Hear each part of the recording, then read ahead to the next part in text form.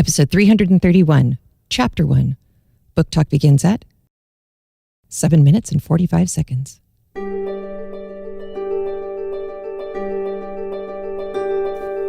Welcome to CraftLit, the podcast for crafters who love books. My name is Heather Ordover, and I'm podcasting from the shores of the Potomac in Virginia, the Old Dominion. Episode 331. Sorry, Mr. Jakes.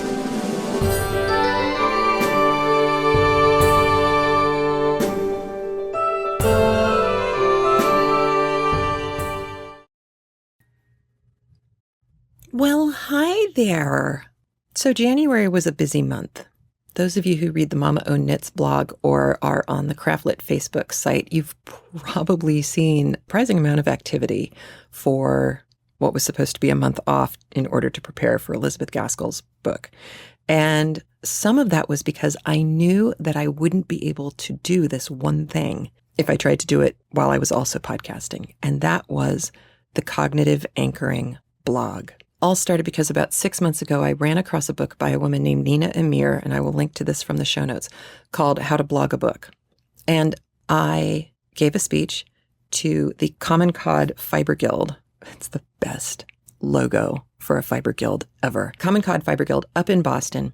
And I did this talk on cognitive anchoring, which I know other people have talked about or alluded to, but nobody had really named it. And so, modestly, I called this thing cognitive anchoring. And what it comes down to is when someone, you, me, anyone, knits or crochets or doodles something automatic, or you're weaving. Weaving is especially good, but weaving is not entirely portable if you have a big loom. Anything that's repetitive, that can be done with a certain level of automaticity, and that you don't have to look at in order to accomplish. When you're doing that kind of handwork, you are able to listen better. Some of us just need to have monkey mind tamed, and one of the best ways to do that is by doing something automatic with your hands. Doodling, not like Zentangling doodling, but just doodling is very effective. Endless stockinette on the back of a sweater, going round and around and around on a vanilla sock, or even something simple like an old shale lace pattern, something that you've had memorized for the last 15 years. This is something you can do automatically. Well, the multiple benefits to your mind, to your brain for these kinds of activities are enormous. And some of the data was really quite staggering. And I was very frustrated because I couldn't find the time to write the speech and turn it into a book. And then I thought, oh, wait a minute, this is dumb. I could blog the book. So little pieces of each chapter as I go. And it's not a very long book because I've been trying to write it for normal people and not brain scientists. I don't go into all the details of how they conducted their research and what their methodology was and all of that stuff. I could have gone on for days about all of that. But instead, I just tried to distill the information in a way that's useful so that if you are the kind of person who has been stuck in a meeting trying to doodle so that you can pay attention to the boring stuff that they're telling you, but important, now you actually have a website you can point them to and say, look, this is why I'm trying to knit in the meetings. It's not because I don't want to pay attention. It's because this is the way I can pay attention. And now I have the data there on the web for you. At, I know this is tricky, cognitiveanchoring.com. All one word. That was one of the things that I was doing during the hiatus. Right before Christmas, I realized that I had lost my recipe book. I don't know if you remember this from last December, but so many of you sent in recipes that I was able to put together kind of an ad hoc CraftLit holiday recipe book. And there's lots of really interesting recipes in there, things that I had not anticipated or expected to see. We have a really interesting broad range appearing in this book. But the cool thing is it's an ebook. And since I released the first edition of it, I've received 2 more recipes from people who just were busy because it's us. I have a feeling that there might be even more recipes out there. So don't hesitate to send them in. They can't be proprietary. They can't be something that somebody invented and it's in a cookbook that you have to pay for and stuff like that. I'm talking about family recipes that have been passed down that are maybe really unique to you and your family. Send in the story, send in a picture if you've got one, send in the recipe, and any tips or hints or modifications that you've used in the past. We have a couple of recipes that have instructions for high altitude cooking. We have modifications for toppings that people have sent in. It's been fantastic, and it just makes me happy. The other books of note right now, Novel Socks, the 8 sock patterns that are inspired by the characters in my novel Grounded. That ebook is out and available and complete. And there are kits you can get from Happy Fuzzy Yarns. And I have started seeing some of the finished socks appearing on Ravelry, and it is really wonderful to see. And I have my own pair of Mina's protective socks that Nanette the nanny knit for me. They almost killed her. They are heavily cabled, but she did, and she gave them back to me, which was really sweet. And they warm my feet in the winter because they are protective socks. I also think I blew it last fall. I got an email from one of our listeners, Julia, and she had been Zentangling a mannequin. This is so cool. So this picture will be on the show notes because it's awesome.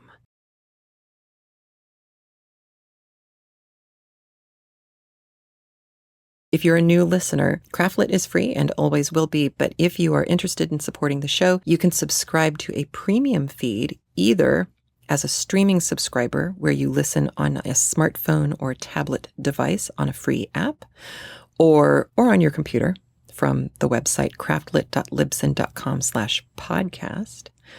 Or if you are kicking it old school and prefer to use a iPod or iRiver or some kind of MP3 player, you can get a download only subscription, and that one goes through PayPal. The other one goes through Libsyn. Download only goes through PayPal, and then once, sometimes twice a month, depending on how the episodes pan out with their length and everything, there will be a new file that is uploaded to the downloading site, and I'll ping you with a newsletter and let you know it's there, and then you can get that.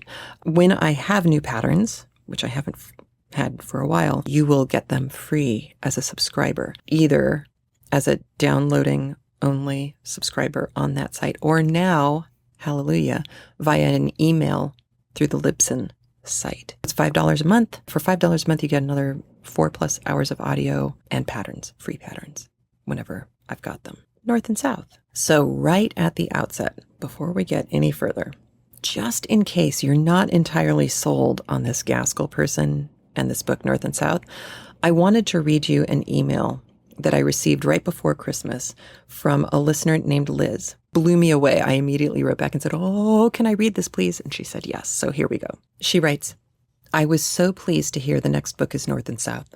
I heard your interview last year with the marvelous academic who spoke so passionately about Elizabeth Gaskell, and I agreed with everything he said.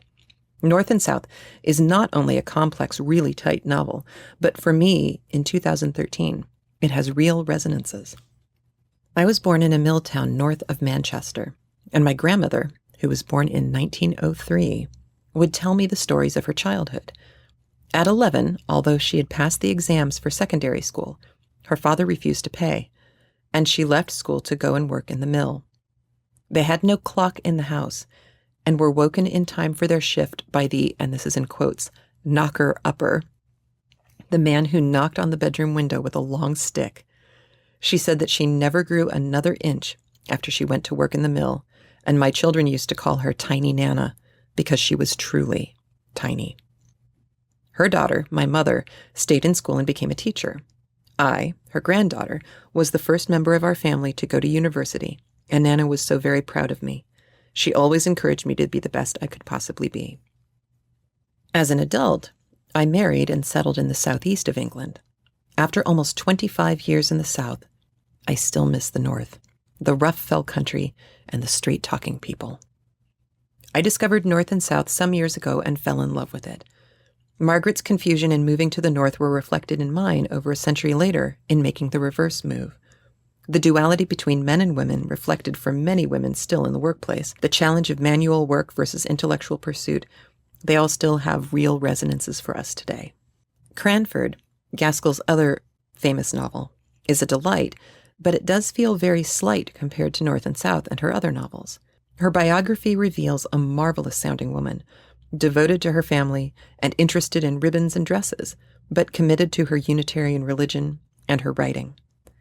I think it was North and South that was first published in one of Dickens' monthly magazines, and I saw the original manuscript at an exhibition at the British Library last year.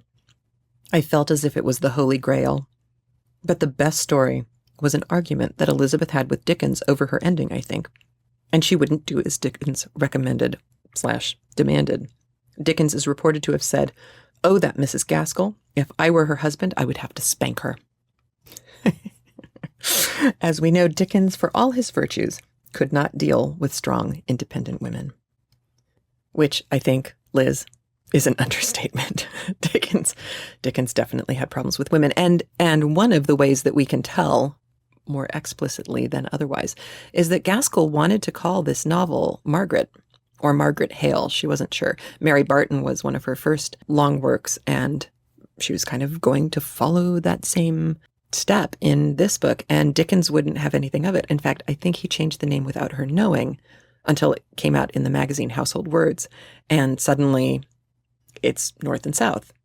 Because for Dickens, this book was really about the duality, the relationship between the industrialized North and the agrarian South, and the labor relations problems that were inherent in some of those differences.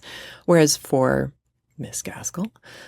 Gaskell, this was a story about Margaret. And I think you will see fairly rapidly, certainly by the end of next week's episode, you'll see why Gaskell really wanted this to be very clearly Margaret's story. So regardless of what Dickens had to say, we know what the book is really about. That's not to say that the labor relations and the dissension issues that come up into this book aren't important, just that it has more to do with how it affects Margaret and how she grows as she's learning about all this stuff than it is about educating the populace. That being said, though, this was considered, at the time, there was a phrase being thrown about called a condition of England novel. There were novels like Dickens' Hard Times and Shirley and The Tenant of Wildfell Hall, the Bronte sisters.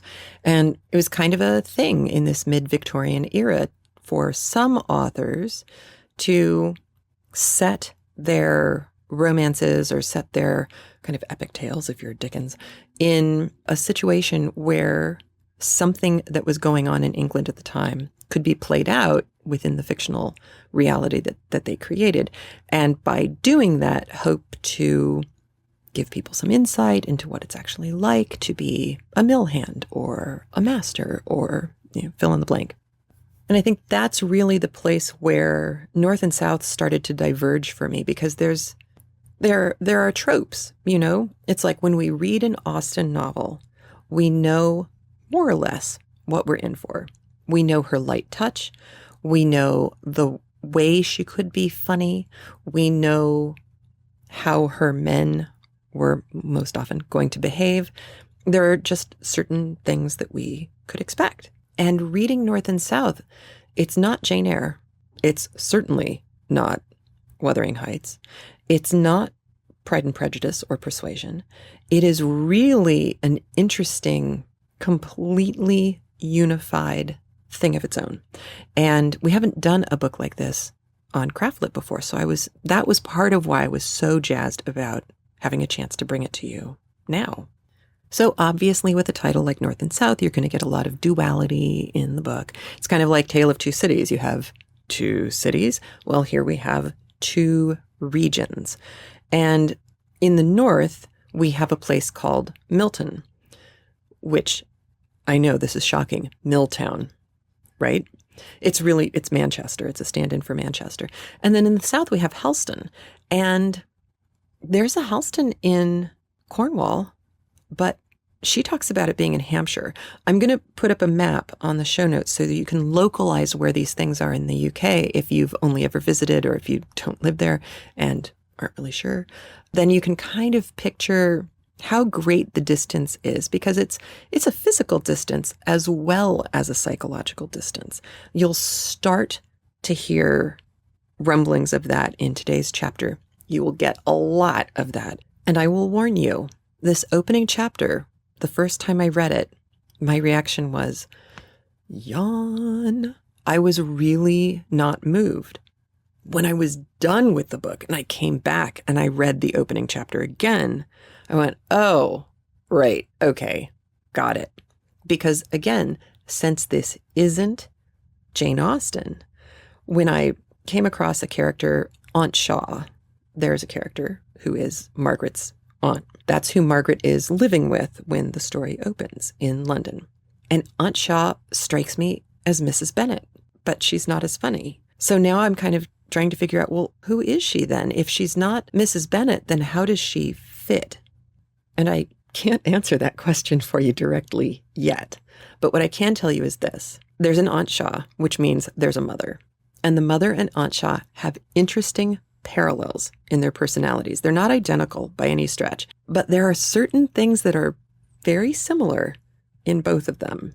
And interesting, not quite contrast to pay attention to, because these are people we are going to be watching throughout the book. We will see everyone again. So you've got Aunt Shaw, who is not Mrs. Bennet. You have a lot of foofiness that's going on around getting a wedding put together and planning for the wedding. There's a lot of talk about Indian shawls and how expensive they are. And if I can find some pictures of Victorian Indian shawls, I will put them in the show notes for you. I haven't been able to find any decent ones yet. But one of the things that was very confusing to me, because it is not stated explicitly, is why was Margaret living in London with her aunt and her cousin, Edith, who is very pretty and, foofy and foofy in mind and dress. Why is she living there when her parents are out in this pastoral hamlet in the country that she loves so much? Why was she taken away from there? And it took me a few times reading this, but I think what it came down to was that her parents simply knew that they would not be able to give her the opportunities that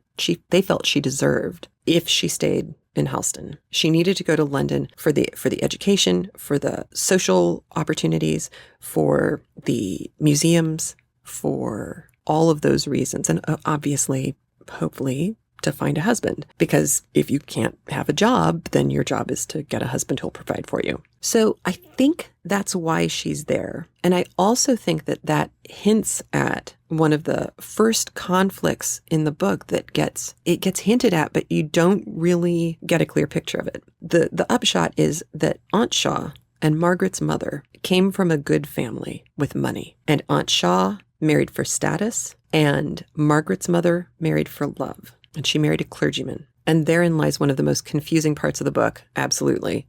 But for now, I want you to let this chapter wash over you and recognize that even in a couple of weeks, you may hit a point where you go, I want to go back and listen to that chapter again. Because it's, like I said, it doesn't fit a trope that I was familiar with, which sounds so crazy, right? Because it's a romance. We know that there is going to be a romance in this book. That is the time period.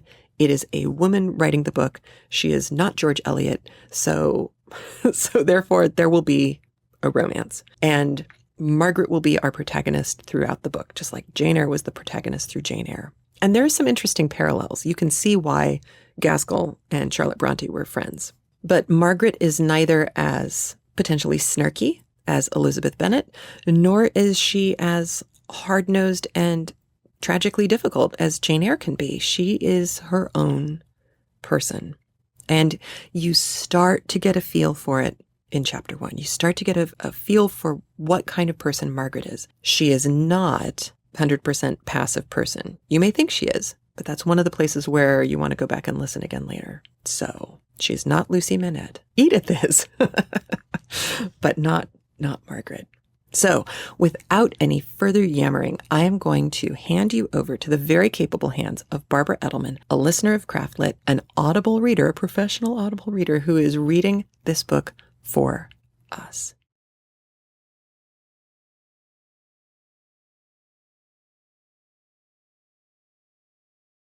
So here we go with chapter 1 of Elizabeth Gaskell's fabulous book, North and South.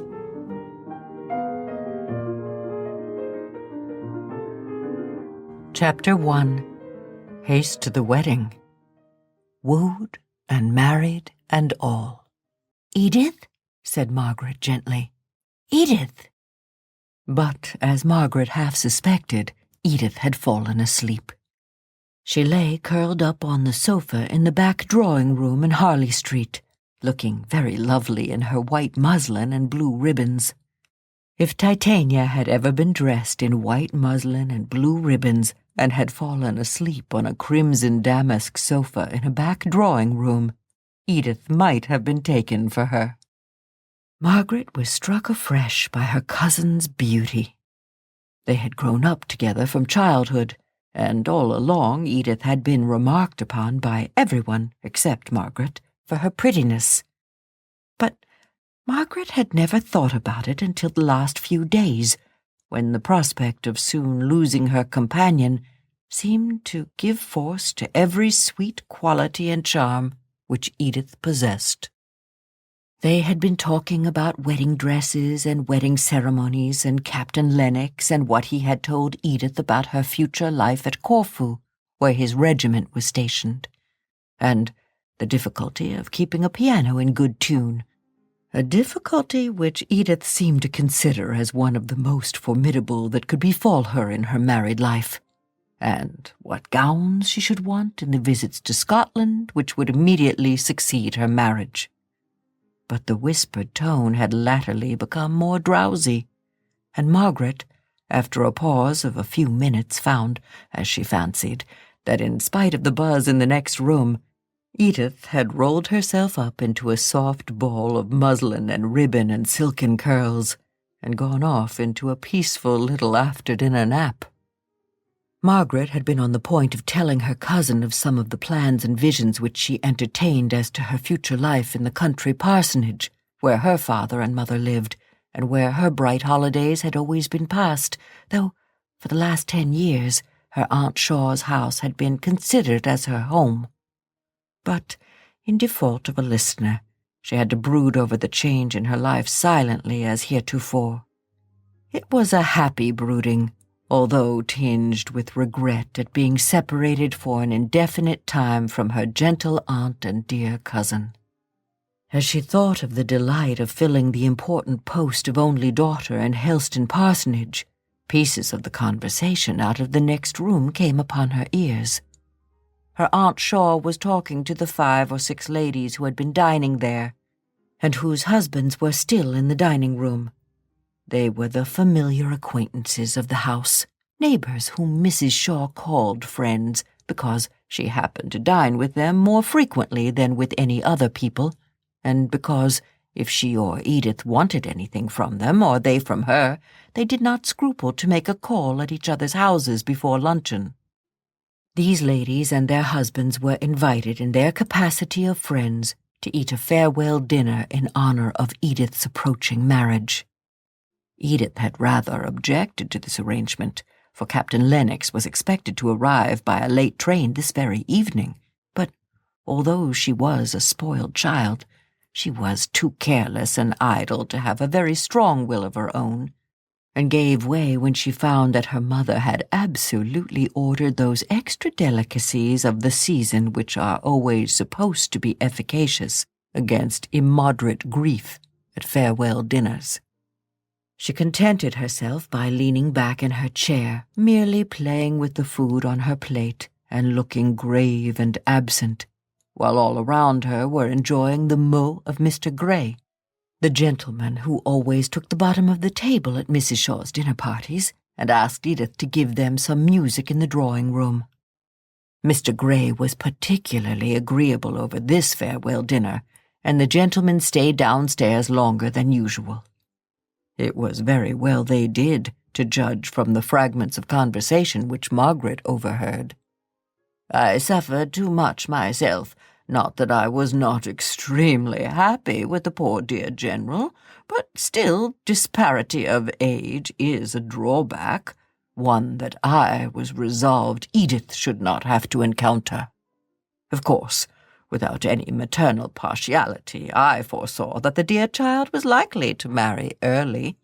Indeed, I had often said that I was sure she would be married before she was 19, I had quite a prophetic feeling when Captain Lennox—" and here the voice dropped into a whisper, but Margaret could easily supply the blank. The course of true love in Edith's case had run remarkably smooth. Mrs. Shaw had given way to the presentiment, as she expressed it, and had rather urged on the marriage, although it was below the expectations which many of Edith's acquaintances had formed for her, a young and pretty heiress.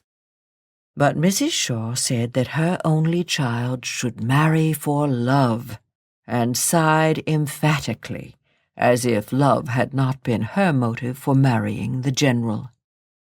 Mrs. Shaw enjoyed the romance of the present engagement rather more than her daughter, not but that Edith was very thoroughly and properly in love. Still, she would certainly have preferred a good house in Belgravia to all the picturesqueness of the life which Captain Lennox described at Corfu. The very parts which made Margaret glow as she listened, Edith pretended to shiver and shudder at, partly for the pleasure she had in being coaxed out of her dislike by her fond lover, and partly because anything of a gypsy or makeshift life was really distasteful to her. Yet, had anyone come with a fine house and a fine estate and a fine title to boot, Edith would still have clung to Captain Lennox while the temptation lasted. When it was over, it is possible she might have had little qualms of ill-concealed regret that Captain Lennox could not have united in his person everything that was desirable. In this she was but her mother's child, who, after deliberately marrying General Shaw with no warmer feeling than respect for his character and establishment, was constantly, though quietly, bemoaning her hard lot in being united to one whom she could not love. "I have spared no expense in her trousseau," were the next words Margaret heard. "She has all the beautiful Indian shawls and scarfs the General gave to me, but which I shall never wear again." "She is a lucky girl," replied another voice, which Margaret knew to be that of Mrs. Gibson, a lady who was taking a double interest in the conversation from the fact of one of her daughters having been married within the last few weeks. "Helen had set her heart upon an Indian shawl, but really, when I found what an extravagant price was asked, I was obliged to refuse her. She will be quite envious when she hears of Edith having Indian shawls. What kind are they? Delhi, with the lovely little borders?" Margaret heard her aunt's voice again, but this time it was as if she had raised herself up from her half-recumbent position and were looking into the more dimly lighted back drawing-room. "Edith? Edith!" cried she, and then she sank as if wearied by the exertion. Margaret stepped forward. "Edith is asleep, Aunt Shaw. Is it anything I can do?" All the ladies said, "Poor child," on receiving this distressing intelligence about Edith, and the minute lapdog in Mrs. Shaw's arms began to bark, as if excited by the burst of pity. "Hush, Tiny, you naughty little girl. You will awaken your mistress. It was only to ask Edith if she would tell Newton to bring down her shawls. Perhaps you would go, Margaret dear." Margaret went up into the old nursery at the very top of the house, where Newton was busy getting up some laces which were required for the wedding. While Newton went, not without a muttered grumbling, to undo the shawls, which had already been exhibited 4 or 5 times that day, Margaret looked round upon the nursery, the first room in that house with which she had become familiar 9 years ago, when she was brought, all untamed from the forest, to share the home, the play, and the lessons of her cousin Edith. She remembered the dark, dim look of the London nursery, presided over by an austere and ceremonious nurse who was terribly particular about clean hands and torn frocks.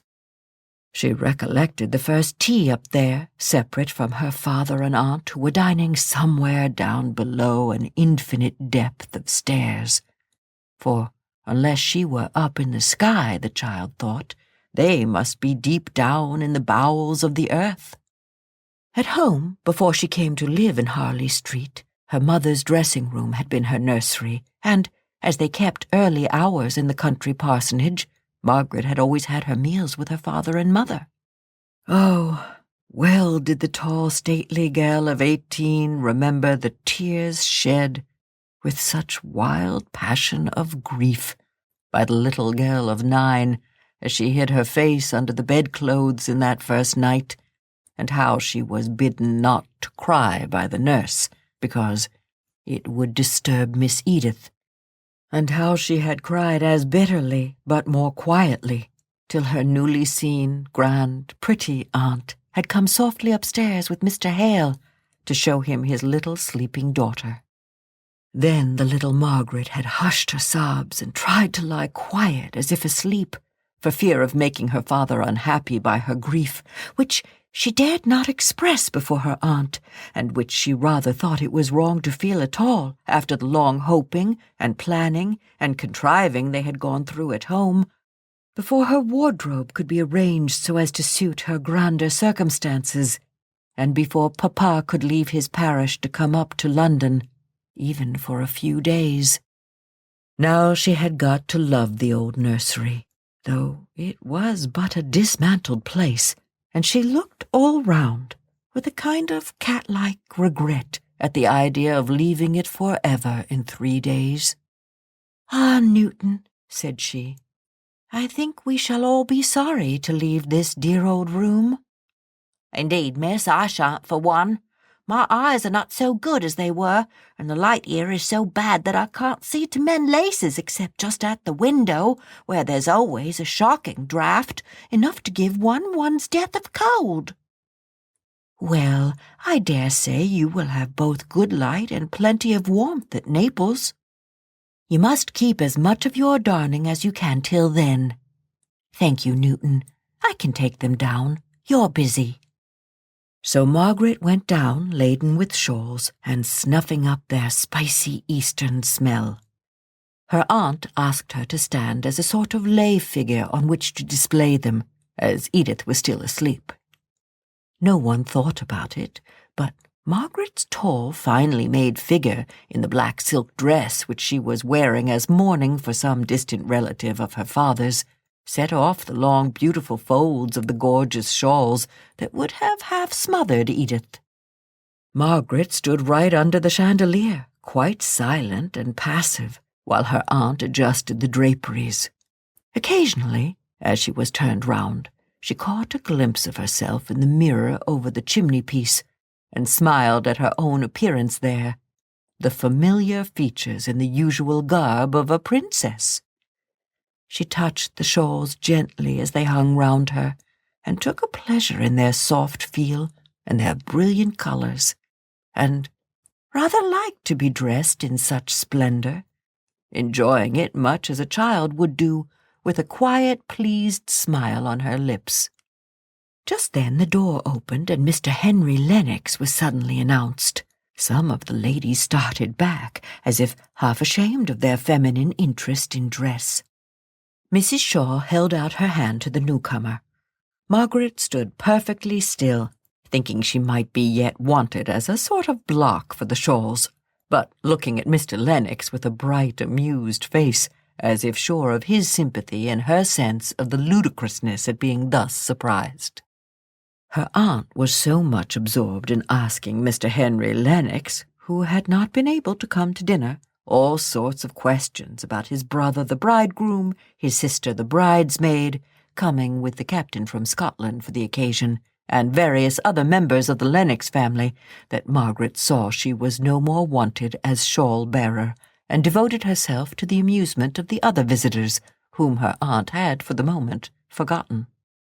Almost immediately Edith came in from the back drawing-room, winking and blinking her eyes at the stronger light, shaking back her slightly ruffled curls, and altogether looking like the sleeping beauty just startled from her dreams. Even in her slumber she had instinctively felt that a Lennox was worth rousing herself for, and she had a multitude of questions to ask about dear Janet, the future unseen sister-in-law, for whom she professed so much affection that if Margaret had not been very proud, she might have almost felt jealous of the mushroom rival. As Margaret sank rather more into the background on her aunt's joining the conversation, she saw Henry Lennox directing his look towards a vacant seat near her, and she knew perfectly well that as soon as Edith released him from her questioning, he would take possession of that chair. She had not been quite sure from her aunt's rather confused account of his engagements whether he would come that night. It was almost a surprise to see him, and now she was sure of a pleasant evening. He liked and disliked pretty nearly the same things that she did. Margaret's face was lightened up into an honest, open brightness. By and by he came. She received him with a smile which had not a tinge of shyness or self-consciousness in it. "Well, I suppose you are all in the depths of business. Ladies' business, I mean. Very different to my business, which is the real true law business. Playing with shawls is very different work to drawing up settlements." "Ah, I knew how you would be amused to find us all so occupied in admiring finery. But really, Indian shawls are very perfect things of their kind." "I have no doubt they are. Their prices are very perfect, too. Nothing wanting." The gentlemen came dropping in one by one, and the buzz and noise deepened in tone. "This is your last dinner party, is it not? There are no more before Thursday." "No, I think after this evening we shall feel at rest, which I am sure I have not done for many weeks.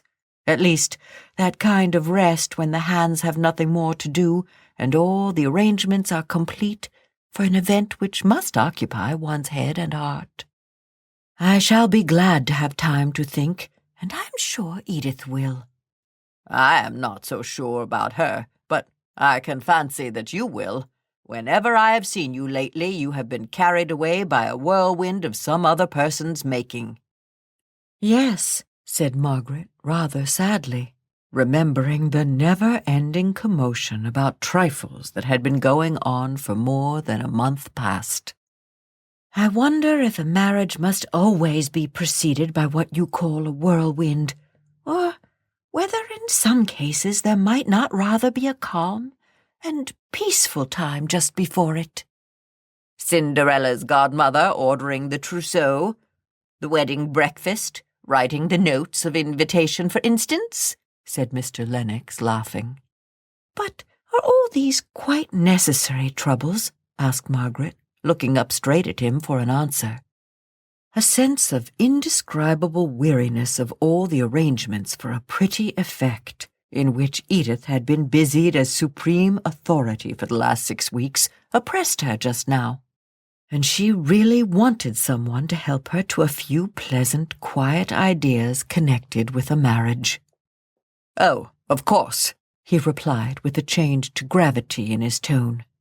"There are forms and ceremonies to be gone through, not so much to satisfy oneself as to stop the world's mouth, without which stoppage there would be very little satisfaction in life. But how would you have a wedding arranged?"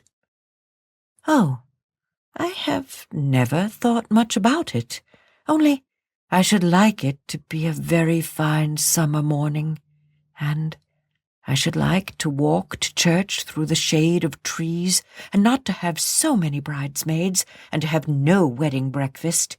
I dare say I am resolving against the very things that have given me the most trouble just now." "No, I don't think you are. The idea of stately simplicity accords well with your character." Margaret did not quite like this speech. She winced away from it more, from remembering former occasions on which he had tried to lead her into a discussion in which he took the complimentary part about her own character and ways of going on. She cut his speech rather short by saying, "It is natural for me to think of Helston Church and the walk to it rather than of driving up to a London church in the middle of a paved street." "Tell me about Helston. You have never described it to me." I should like to have some idea of the place you will be living in when 96 Harley Street will be looking dingy and dirty and dull and shut up. Is Helston a village or a town in the first place?" "Oh, only a hamlet. I don't think I could call it a village at all. There is the church and a few houses near it on the green. Cottages, rather, with roses growing all over them."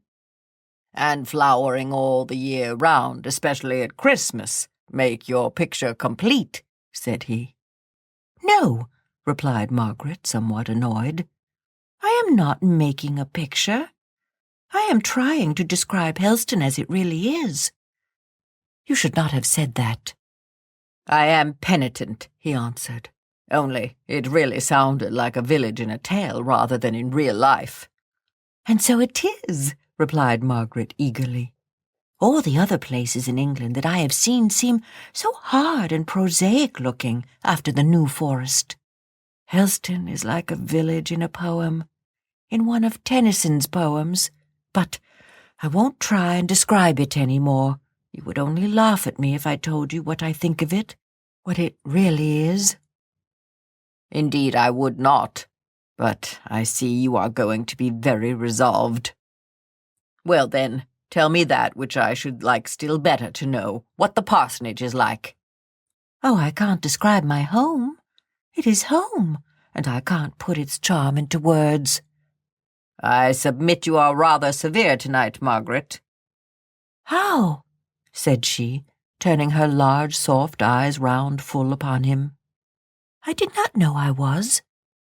"Why, because I made an unlucky remark, you will neither tell me what Helston is like, nor will you say anything about your home, though I have told you how much I want to hear about both, the latter especially."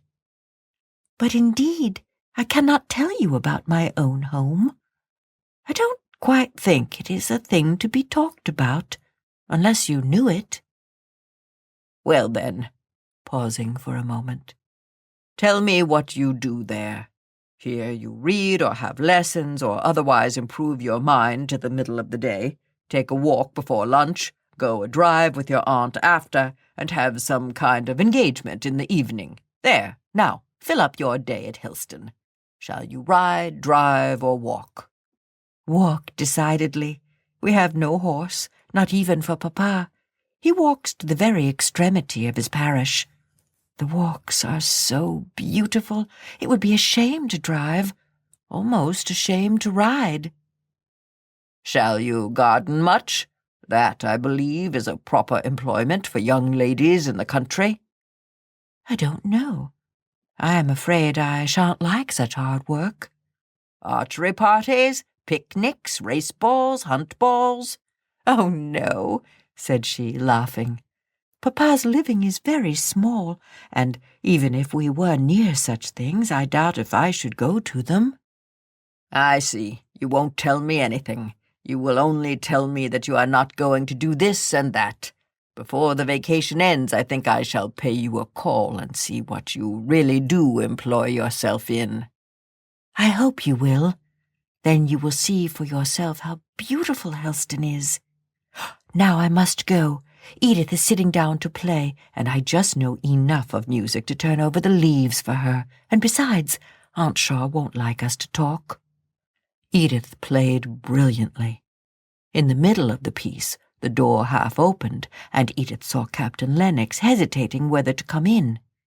She threw down her music and rushed out of the room, leaving Margaret standing confused and blushing to explain to the astonished guests what vision had shown itself to cause Edith's sudden flight. Captain Lennox had come earlier than was expected. Or was it really so late? They looked at their watches, were duly shocked, and took their leave. Then Edith came back, glowing with pleasure, half shyly, half proudly, leading in her tall, handsome captain. His brother shook hands with him, and Mrs. Shaw welcomed him in her gentle, kindly way, which had always something plaintive in it, arising from the long habit of considering herself a victim to an uncongenial marriage. Now that the general being gone, she had every good of life, with as few drawbacks as possible. She had been rather perplexed to find an anxiety, if not a sorrow. She had, however, of late settled upon her own health as a source of apprehension. She had a nervous little cough whenever she thought about it, and some complaisant doctor ordered her just what she desired: a winter in Italy. Mrs. Shaw had as strong wishes as most people, but she never liked to do anything from the open and acknowledged motive of her own goodwill and pleasure. She preferred being compelled to gratify herself by some other person's command or desire. She really did persuade herself that she was submitting to some hard external necessity, and thus she was able to moan and complain in her soft manner all the time she was in reality doing just what she liked. It was in this way she began to speak of her own journey to Captain Lennox, who assented as in duty bound to all his future mother-in-law said, while his eyes sought Edith, who was busying herself in rearranging the tea-table and ordering up all sorts of good things, in spite of his assurances that he had dined within the last 2 hours. Mr. Henry Lennox stood leaning against the chimney-piece, amused with the family scene. He was close by his handsome brother.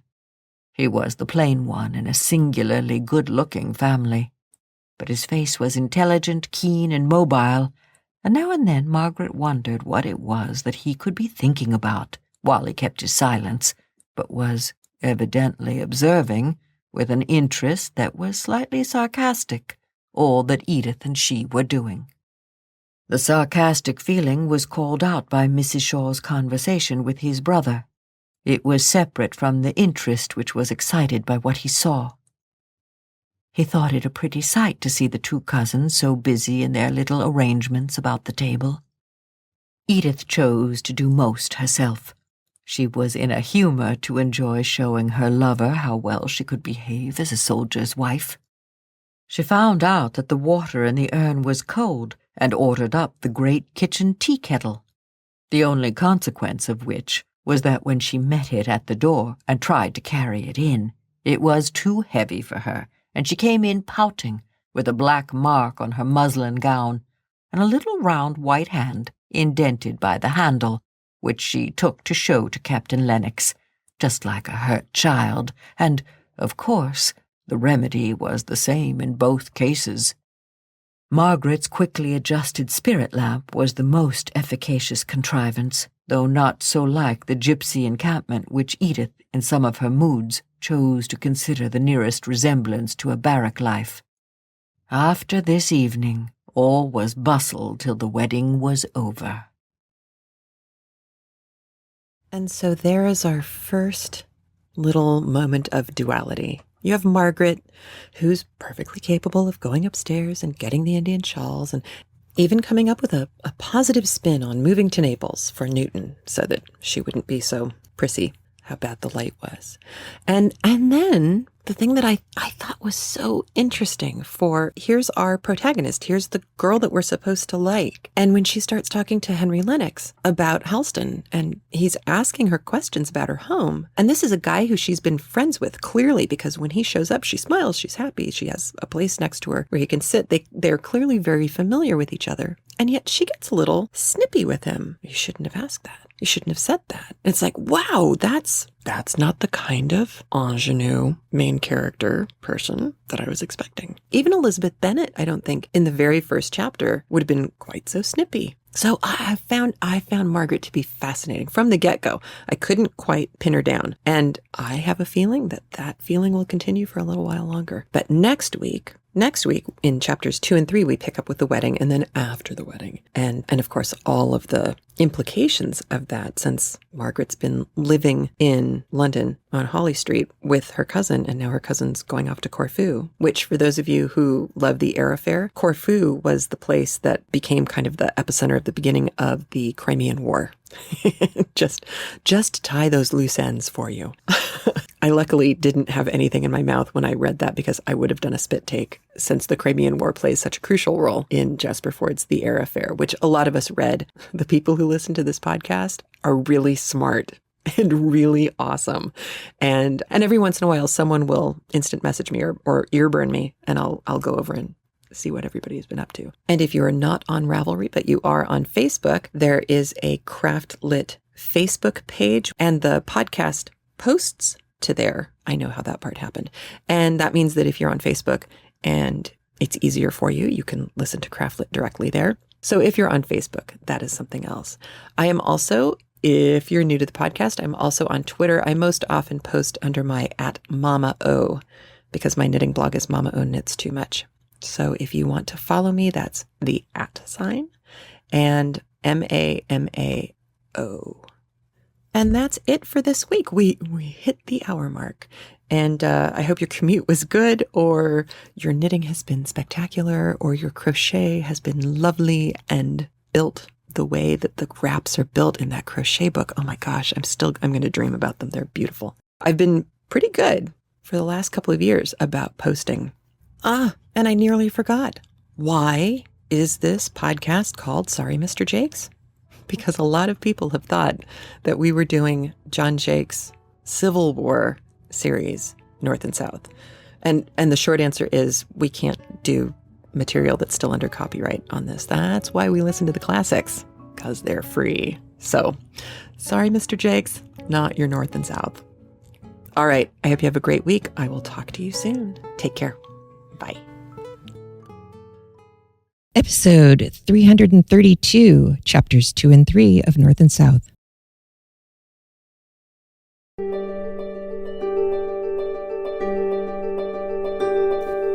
Welcome to CraftLit, the podcast for crafters who love books. My name is Heather Ordover, and I'm podcasting from the shores of the Potomac in Virginia, the Old Dominion. Episode 332, It's a World of Laughter.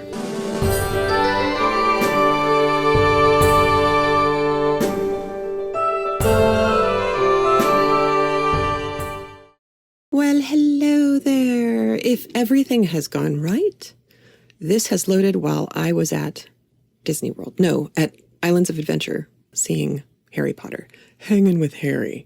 I got to go to New York City for my 10-year-old's birthday. Last year, we went up and surprised him and went to Annie. This year, we went up and surprised him and saw Matilda. For those of you who haven't ever read Matilda, I think it's Roald Dahl's last book, or close to his last book. It is, as all of Roald Dahl's books, dark. The adults are appalling. The children are not much better. Everybody's kind of horrifying. And it's just like Charlie Bucket looking at, Veruca Salt and Augustus Gloop and going, wow, these kids are horrible. Well, in Matilda, there is a particular adult, Miss Trunchbull, who they call the Trunchbull, who is the headmistress of a school. She was a hammer thrower at the Olympics. She's played by a very large man in the Broadway production.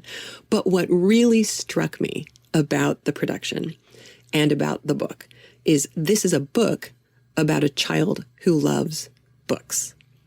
In fact, my sons, when they read the book, were stupefied because I think on the 3rd or 4th page, there is a list of books that Matilda at the ripe old age of 5 is supposed to have read, at least half of which they know because we did them on CraftLit.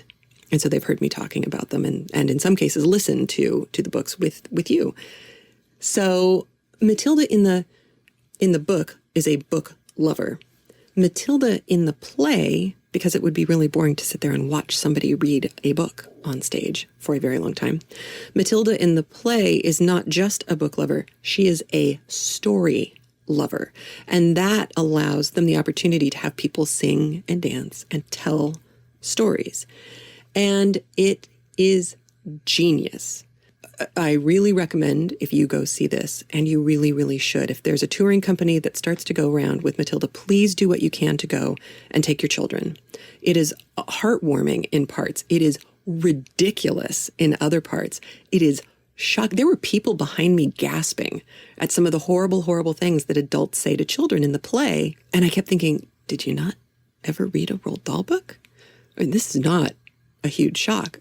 But it is kind of affronting to see an actual adult speaking down to a very small child and saying these horrible things. You know, Miss Trunchbull calls them maggots all the time. In fact, on the bag, the gift bag, it says children are maggots, what a great marketing opportunity for them. But in particular, there are fantastic songs all the way through. Some that actually made my husband and me both start to tear up and cry because they were just so... They did such a lovely job of capturing the melancholy that adults might feel looking back at their childhood and the melancholy that children feel thinking about how they're children and they're not grown-ups yet and they want to be grown-ups, but they aren't. And Tim Minchin, who, if you haven't seen him before, is a genius with words. He did the lyrics and he did Yeoman Service from last year, 2013, when they did 2 songs or pieces of 2 songs. And the first song shows up in the first act, and the second song that they do where everybody's dancing and singing, they do near the closing of the show. And it is marvelous. And it won't spoil anything. The show is made for people who love books.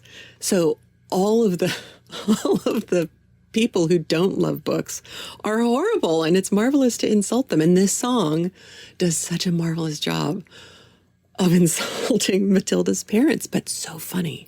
And I just wanted to give you a giggle.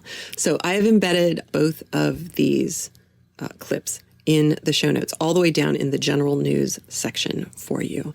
And I hope you enjoy. It's just a lot of fun. Alrighty, North and South for this week. 2 chapters. And wow. So last week, we started to get the lay of the land. And Julie over at Forgotten Classics and SFF Audio, she wrote me, we had a little going back and forth this week.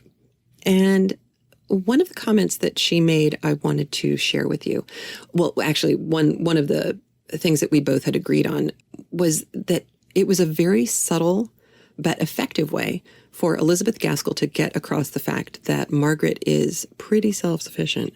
When Edith tried to pull in the big water urn, the hot water urn, and it wound up damaging her little hands and having to go and show her husband, or her fiance at that point, how she'd been trying to do work, and here she'd hurt herself. And then here comes Margaret with the spirit lamp, and she just kind of quietly takes care of everything. And you're going to see a lot of that kind of behavior from Margaret. I keep wanting to call her Elizabeth, and I'm sure it's a Pride and Prejudice thing. But the other thing that Julie said, and I thought I should let you hear it as well. She said, my take on Margaret was exactly the opposite of yours when you said she was snippy. I thought she was being calmly polite mostly. I got the distinct impression that Henry was a sardonic fellow who liked to tweak her in conversation, and that she knew where he was going with it and heading him off at the pass by not giving him the chance to make fun of her home. And it's true, Lennox is a very interesting character, and today you're going to get to see a little bit more of him. And I think as we move through these 2 chapters today, their relationship will become much clearer, and he will become far more well-rounded. I agree that in the first chapter, you're kind of he comes across a little too. Actually, they both come across kind of strong for characters in a book from this time. Now, there's an interesting thing that I've recently learned about Dickens and Gaskell on this book, and there's going to be, I think, a lot of revelations about Dickens and Gaskell and this book, simply because the biographies that I'm reading are massive, and it's going to take me a long time to get through all of it. So I'll just share what I learn with you as I learn it. One of the things that was interesting was that when Dickens first started publishing household words, and Wilkie Collins was one of his writers, and Elizabeth Gaskell was one of his writers, he had a lot of people who you've heard of writing for him for that particular periodical, which at the end of its run, I think it lasted 9 years under that title, and then it was kind of consumed by All the Year Round, which was a larger and slightly different publication. But Dickens had put forth in his very first issue that the magazine's purpose was to be a household magazine. It was very much aimed at the middle class. It was very much aimed at being enjoyable, but he also had he was going to give a certain amount of attention to social issues. As we know, it mattered a great deal to Charles Dickens to help improve people's lot, especially people who couldn't speak or fight for themselves within that society at the time. And so we know that he was comfortable to a certain point with a number of things. But what we're going to start seeing in the next few chapters, not just today, but in the next couple of weeks, is something that Dickens was not comfortable with. And in fact, in his diaries and letters, it's been found that he was really quite upset with some of the things that Gaskell is about to do in this book. Today, we're pretty much focusing on Margaret, which is great because we need to get to know her a little bit better. Today, we will get to meet the mysterious mother of Margaret's, who we haven't met yet.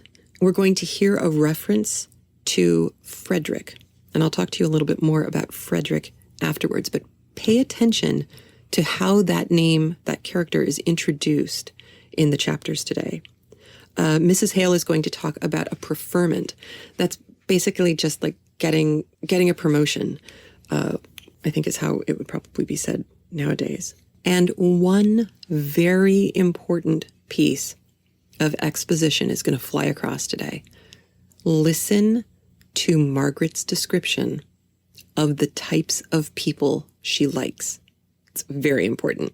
And with that, I'm going to launch you into Barbara Edelman reading chapter 2 and 3. I'm going to put them back to back for you of North and South today. Here we go.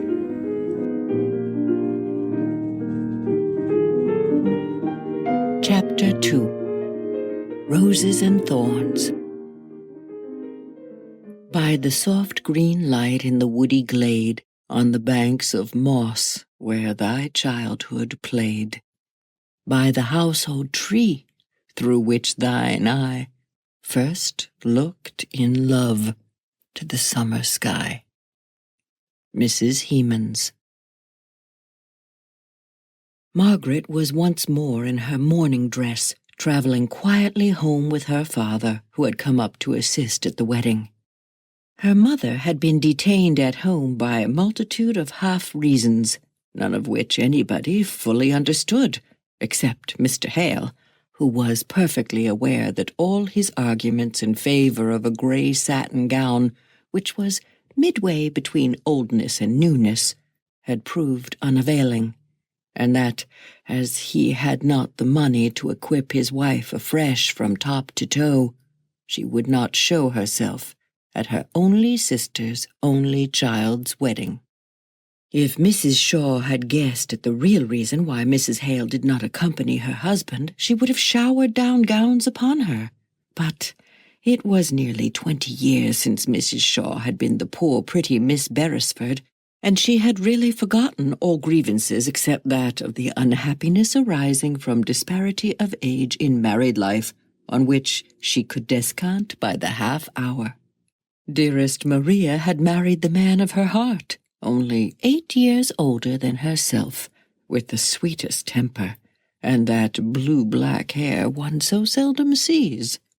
Mr. Hale was one of the most delightful preachers she had ever heard, and a perfect model of a parish priest. Perhaps it was not quite a logical deduction from all these premises, but it was still Mrs. Shaw's characteristic conclusion as she thought over her sister's lot.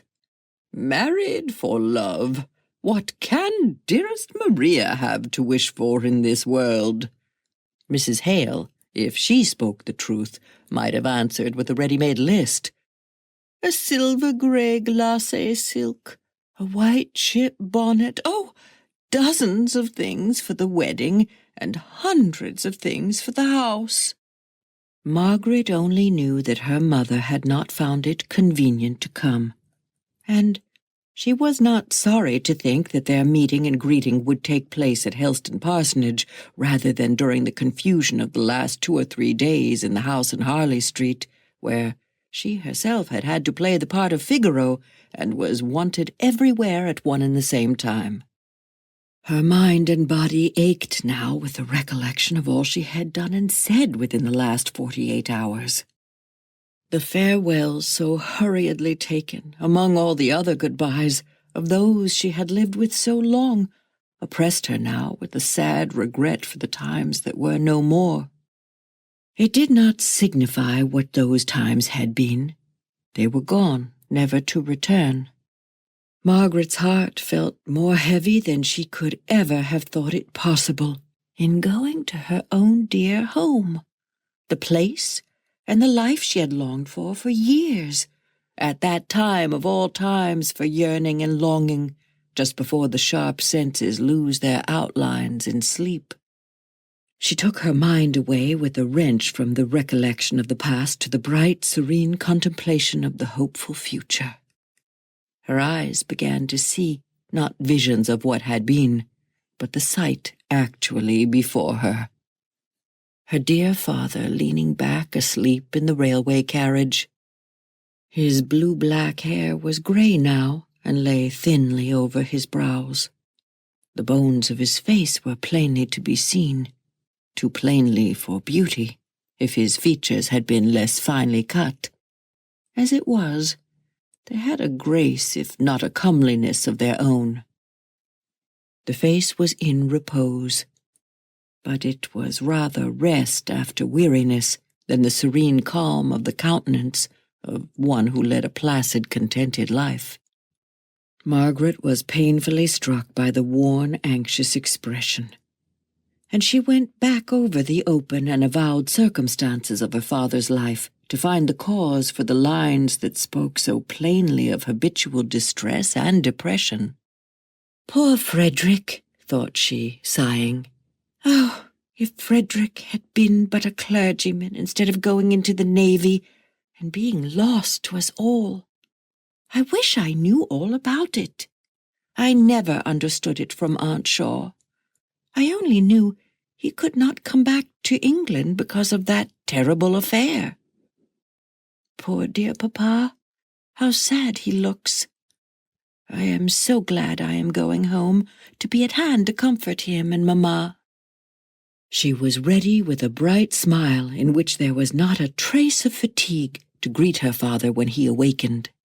He smiled back again, but faintly, as if it were an unusual exertion. His face returned into its lines of habitual anxiety. He had a trick of half opening his mouth as if to speak, which constantly unsettled the form of the lips and gave the face an undecided expression. But he had the same large, soft eyes as his daughter, eyes which moved slowly and almost grandly round in their orbits and were well veiled by their transparent white eyelids. Margaret was more like him than like her mother. Sometimes people wondered that parents so handsome should have a daughter who was so far from regularly beautiful. Not beautiful at all was occasionally said.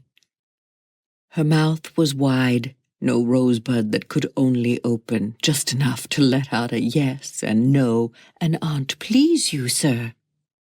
But the wide mouth was one soft curve of rich red lips, and the skin, if not white and fair, was of an ivory smoothness and delicacy. If the look on her face was, in general, too dignified and reserved for one so young, now, talking to her father, it was bright as the morning, full of dimples and glances that spoke of childish gladness and boundless hope for the future. It was the latter part of July when Margaret returned home. The forest trees were all one dark, full, dusky green. The fern below them caught all the slanting sunbeams. The weather was sultry and broodingly still. Margaret used to tramp along by her father's side, crushing down the fern with a cruel glee as she felt it yield under her light foot and send up the fragrance peculiar to it, out on the broad commons into the warm scented light, seeing multitudes of wild, free, living creatures reveling in the sunshine and the herbs and flowers it called forth. This life, at least these walks, realized all Margaret's anticipations. She took a pride in her forest. Its people were her people. She made hearty friends with them, learned and delighted in using their peculiar words, took up her freedom amongst them, nursed their babies, talked or read with slow distinctness to their old people, carried dainty messes to their sick, resolved before long to teach at the school where her father went every day as to an appointed task. But she was continually tempted off to go and see some individual friend, man, woman, or child, in some cottage in the green shade of the forest. Her out-of-doors life was perfect. Her indoors life had its drawbacks. With the healthy shame of a child, she blamed herself for her keenness of sight in perceiving that all was not as it should be there.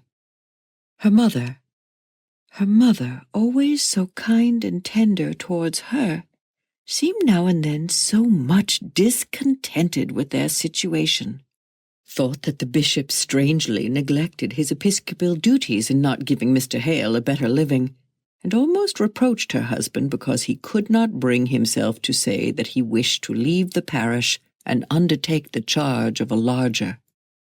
He would sigh aloud as he answered that if he could do what he ought in Little Helston, he should be thankful, but every day he was more overpowered. The world became more bewildering. At each repeated urgency of his wife that he would put himself in the way of seeking some preferment, Margaret saw that her father shrank more and more, and she strove at such times to reconcile her mother to Helston. Mrs. Hale said that the near neighborhood of so many trees affected her health, and Margaret would try to tempt her forth on to the beautiful broad upland, sun-streaked, cloud-shadowed common, for she was sure that her mother had accustomed herself too much to an indoors life, seldom extending her walks beyond the church, the school, and the neighboring cottages. This did good for a time, but when the autumn drew on and the weather became more changeable, her mother's idea of the unhealthiness of the place increased, and she repined even more frequently that her husband, who was more learned than Mr. Hume, a better parish priest than Mr. Holdsworth, should not have met with the preferment that these two former neighbors of theirs had done. This marring of the peace of home by long hours of discontent was what Margaret was unprepared for. She knew, and had rather reveled in the idea, that she should have to give up many luxuries which had only been troubles and trammels to her freedom in Harley Street. Her keen enjoyment of every sensuous pleasure was balanced finely, if not overbalanced, by her conscious pride in being able to do without them all if need were. But the cloud never comes in that quarter of the horizon from which we watch for it. There had been slight complaints and passing regrets on her mother's part over some trifle connected with Helston and her father's position there when Margaret had been spending her holidays at home before. But in the general happiness of the recollection of those times, she had forgotten the small details which were not so pleasant. In the latter half of September, the autumnal rains and storms came on, and Margaret was obliged to remain more in the house than she had hitherto done. Helston was at some distance from any neighbors of their own standard of cultivation. "It is undoubtedly one of the most out-of-the-way places in England," said Mrs. Hale, in one of her plaintive moods. "I can't help regretting constantly that Papa has really no one to associate with here. He is so thrown away, seeing no one but farmers and labourers from week's end to week's end. If we only lived at the other side of the parish, it would be something. There we should be almost within walking distance of the Stansfields. Certainly the Gormans would be within a walk. Gormans, said Margaret. Are those the Gormans who made their fortunes in trade at Southampton? Oh, I'm glad we don't visit them. I don't like shoppy people. I think we are far better off knowing only cottagers and labourers and people without pretence. You must not be so fastidious, Margaret dear, said her mother, secretly thinking of a young and handsome Mr. Gorman whom she had once met at Mr. Hume's. No, I call mine a very comprehensive taste. I like all people whose occupations have to do with land. I like soldiers and sailors, and the 3 learned professions, as they call them. I'm sure you don't want me to admire butchers and bakers and candlestick makers, do you, Mamma? But the Gormans were neither butchers nor bakers, but very respectable coach builders. Very well, coach building is a trade all the same, and I think a much more useless one than that of butchers or bakers. Oh, how tired I used to be of the drives every day in Aunt Shaw's carriage, and how I longed to walk. And walk Margaret did, in spite of the weather. She was so happy out of doors at her father's side that she almost danced, and with the soft violence of the west wind behind her as she crossed some heath, she seemed to be borne onwards, as lightly and easily as the fallen leaf that was wafted along by the autumnal breeze. But the evenings were rather difficult to fill up agreeably. Immediately after tea, her father withdrew into his small library, and she and her mother were left alone. Mrs. Hale had never cared much for books, and had discouraged her husband very early in their married life in his desire of reading aloud to her while she worked. At one time they had tried backgammon as a resource, but as Mr. Hale grew to take an increasing interest in his school and his parishioners, he found that the interruptions which arose out of these duties were regarded as hardships by his wife, not to be accepted as the natural conditions of his profession, but to be regretted and struggled against by her as they severally arose. So he withdrew, while the children were yet young, into his library to spend his evenings, if he were at home, in reading the speculative and metaphysical books which were his delight. When Margaret had been here before, she had brought down with her a great box of books, recommended by masters or governess, and had found the summer's day all too short to get through the reading she had to do before her return to town. Now there were only the well-bound little red English classics, which were weeded out of her father's library to fill up the small bookshelves in the drawing-room. Thomson's Seasons, Haley's Cowper, Middleton's Cicero were by far the lightest, newest, and most amusing. The bookshelves did not afford much resource. Margaret told her mother every particular of her London life, to all of which Mrs. Hale listened with interest, sometimes amused and questioning, at others a little inclined to compare her sister's circumstances of ease and comfort with the narrower means at Helston Vicarage. On such evenings, Margaret was apt to stop talking rather abruptly and listen to the drip-drip of the rain upon the leads of the little bow window. Once or twice, Margaret found herself mechanically counting the repetition of the monotonous sound, while she wondered if she might venture to put a question on a subject very near to her heart, and ask where Frederick was now, what he was doing, how long it was since they had heard from him.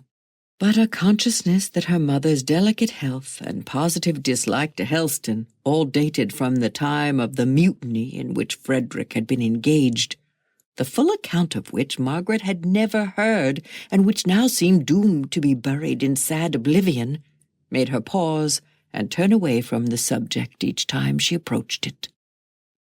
When she was with her mother, her father seemed the best person to apply to for information, and when with him, she thought that she could speak more easily to her mother. Probably there was nothing much to be heard that was new. In one of the letters she had received before leaving Harley Street, her father had told her that they had heard from Frederick. He was still at Rio and very well in health, and sent his best love to her, which was dry bones, but not the living intelligence she longed for. Frederick was always spoken of, in the rare times when his name was mentioned, as poor Frederick. His room was kept exactly as he had left it, and was regularly dusted and put into order by Dixon, Mrs. Hale's maid, who touched no other part of the household work, but always remembered the day when she had been engaged by Lady Beresford as lady's maid to Sir John's wards, the pretty Miss Beresfords, the belles of Rutlandshire. Dixon had always considered Mr. Hale as the blight which had fallen upon her young lady's prospects in life. If Miss Beresford had not been in such a hurry to marry a poor country clergyman, there was no knowing what she might have become. But Dixon was too loyal to desert her in her affliction and downfall, alias her married life. She remained with her and was devoted to her interests, always considering herself as the good and protecting fairy, whose duty it was to baffle the malignant giant Mr. Hale. Master Frederick had been her favorite and pride, and it was with a little softening of her dignified look and manner that she went in weekly to arrange the chamber as carefully as if he might be coming home that very evening. Margaret could not help believing that there had been some late intelligence of Frederick, unknown to her mother, which was making her father anxious and uneasy. Mrs. Hale did not seem to perceive any alteration in her husband's looks or ways. His spirits were always tender and gentle, readily affected by any small piece of intelligence concerning the welfare of others. He would be depressed for many days after witnessing a deathbed or hearing of any crime. But now Margaret noticed an absence of mind, as if his thoughts were preoccupied by some subject, the oppression of which could not be relieved by any daily action, such as comforting the survivors or teaching at the school in hope of lessening the evils in the generation to come. Mr. Hale did not go out among his parishioners as much as usual. He was more shut up in his study, was anxious for the village postman, whose summons to the household was a rap on the back kitchen window shutter, a signal which at one time had often to be repeated before anyone was sufficiently alive to the hour of the day to understand what it was and attend to him. Now Mr. Hale loitered about the garden if the morning was fine, and if not, stood dreamily by the study window until the postman had called, or gone down the lane, giving a half-respectful, half-confidential shake of the head to the parson, who watched him away beyond the sweetbriar hedge and past the great arbutus before he turned into the room to begin his day's work, with all the signs of a heavy heart and an occupied mind. But Margaret was at an age when any apprehension, not absolutely based on a knowledge of facts, is easily banished for a time by a bright sunny day or some happy outward circumstance. And when the brilliant 14 fine days of October came on, her cares were all blown away as lightly as thistledown, and she thought of nothing but the glories of the forest. The fern harvest was over, and now that the rain was gone, many a deep glade was accessible, into which Margaret had only peeped in July and August weather. She had learnt drawing with Edith, and she had sufficiently regretted, during the gloom of the bad weather, her idle revelling in the beauty of the woodlands while it had yet been fine, to make her determined to sketch what she could before winter fairly set in. Accordingly, she was busy preparing her board one morning when Sarah, the housemaid, threw wide open the drawing-room door and announced, "Mr. Henry Lennox." Chapter 3. The more haste, the worse speed. Learn to win a lady's faith nobly, as the thing is high, bravely, as for life and death, with a loyal gravity. Lead her from the festive boards, Point her to the starry skies. Guard her by your truthful words, pure from courtship's flatteries. Mrs. Browning. Mr. Henry Lennox? Margaret had been thinking of him only a moment before, and remembering his inquiry into her probable occupations at home. It was parler du soleil et l'on en voit les rayons, and the brightness of the sun came over Margaret's face as she put down her board and went forward to shake hands with him. "Tell Mamma, Sarah," said she. "Mamma and I want to ask you so many questions about Edith. I am so much obliged to you for coming." "Did I not say that I should?" asked he, in a lower tone than that in which she had spoken. "But I heard of you so far away in the Highlands that I never thought Hampshire could come in." "Oh," said he, more lightly, "our young couple were playing such foolish pranks, running all sorts of risks, climbing this mountain, sailing on that lake, that I really thought they needed a mentor to take care of them. And indeed they did. They were quite beyond my uncle's management, and kept the old gentleman in a panic for 16 hours out of the 24. Indeed, when I once saw how unfit they were to be trusted alone, I thought it my duty not to leave them till I had seen them safely embarked at Plymouth." "Have you been at Plymouth? Oh, Edith never named that. To be sure, she has written in such a hurry lately. Did they really sail on Tuesday?" "Really sailed, and relieved me from many responsibilities.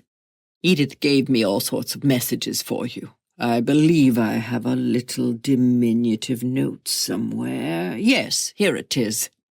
"Oh, thank you," exclaimed Margaret, and then, half wishing to read it alone and unwatched, she made the excuse of going to tell her mother again. Sarah surely had made some mistake, that Mr. Lennox was there. When she had left the room, he began in his scrutinizing way to look about him. The little drawing-room was looking its best in the streaming light of the morning sun. The middle window in the bow was opened, and clustering roses and the scarlet honeysuckle came peeping round the corner. The small lawn was gorgeous with verbenas and geraniums of all bright colors, but the very brightness outside made the colors within seem poor and faded. The carpet was far from new. The chintz had been often washed. The whole apartment was smaller and shabbier than he had expected as background and framework for Margaret, herself so queenly. He took up one of the books lying on the table. It was the Paradiso of Dante, in the proper old Italian binding of white vellum and gold. By it lay a dictionary, and some words copied out in Margaret's handwriting. They were a dull list of words, but somehow he liked looking at them. He put them down with a sigh. "The living is evidently as small as she said. It seems strange, for the Beresfords belong to a good family." Margaret, meanwhile, had found her mother. It was one of Mrs. Hale's fitful days, when everything was a difficulty and a hardship, and Mr. Lennox's appearance took this shape, although secretly she felt complimented by his thinking it worth while to call. "It is most unfortunate. We are dining early today, and having nothing but cold meat, in order that the servants may get on with their ironing, and yet, of course, we must ask him to dinner, Edith's brother-in-law and all. And your papa is in such low spirits this morning about something. I don't know what. I went into the study just now, and he had his face on the table, covering it with his hands. I told him I was sure Helston air did not agree with him any more than with me, and he suddenly lifted up his head and begged me not to speak a word more against Helston. He could not bear it. If there was one place he loved on earth, it was Helston. But I am sure, for all that, It is the damp and relaxing air." Margaret felt as if a thin, cold cloud had come between her and the sun. She had listened patiently, in hopes that it might be some relief to her mother to unburden herself, but now it was time to draw her back to Mr. Lennox. "Papa likes Mr. Lennox. They got on together famously at the wedding breakfast. I dare say his coming will do Papa good. And never mind the dinner, dear Mamma. Cold meat will do capitally for a lunch, which is the light in which Mr. Lennox will most likely look upon a 2 o'clock dinner." "But what are we to do with him till then? It is only 10:30 now." "I'll ask him to go out sketching with me. I know he draws, and that will take him out of your way, Mamma. Only do come in now. He will think it's so strange if you don't." Mrs. Hale took off her black silk apron and smoothed her face. She looked a very pretty, ladylike woman as she greeted Mr. Lennox with the cordiality due to one who was almost a relation. He evidently expected to be asked to spend the day, and accepted the invitation with a glad readiness that made Mrs. Hale wish she could add something to the cold beef. He was pleased with everything, delighted with Margaret's idea of going out sketching together, would not have Mr. Hale disturbed for the world with the prospect of so soon meeting him at dinner. Margaret brought out her drawing materials for him to choose from, and after the paper and brushes had been duly selected, the two set out in the merriest spirits in the world. "Now, please, just stop here for a minute or two," said Margaret. "These are the cottages that haunted me so during the rainy fortnight, reproaching me for not having sketched them." "Before they tumbled down and were seen no more? Truly, if they are to be sketched, and they are very picturesque, we had better not put it off till next year. But where shall we sit?" "Oh, you might have come straight from chambers in the Temple instead of having been 2 months in the Highlands. Look at this beautiful trunk of a tree, which the woodcutters have left just in the right place for the light. I will put my plaid over it, and it will be a regular forest throne." "With your feet in that puddle for a regal footstool? Stay, I will move, and then you can come nearer this way. Who lives in these cottages?" "They were built by squatters 50 or 60 years ago. One is uninhabited.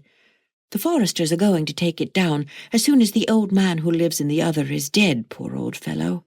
Look, there he is. I must go and speak to him. He is so deaf you will hear all our secrets." The old man stood bareheaded in the sun, leaning on his stick at the front of his cottage. His stiff features relaxed into a slow smile as Margaret went up and spoke to him. Mr. Lennox hastily introduced the two figures into his sketch and finished up the landscape with a subordinate reference to them, as Margaret perceived when the time came for getting up, putting away water and scraps of paper, and exhibiting to each other their sketches. She laughed and blushed. Mr. Lennox watched her countenance. "Now I call that treacherous," said she. "I little thought you were making old Isaac and me into subjects when you told me to ask him the history of these cottages." "It was irresistible. You can't know how strong a temptation it was. I hardly dare tell you how much I shall like this sketch." He was not quite sure whether she heard this latter sentence before she went to the brook to wash her palette. She came back rather flushed, but looking perfectly innocent and unconscious. He was glad of it, for the speech had slipped from him unawares, a rare thing in the case of a man who premeditated his actions so much as Henry Lennox.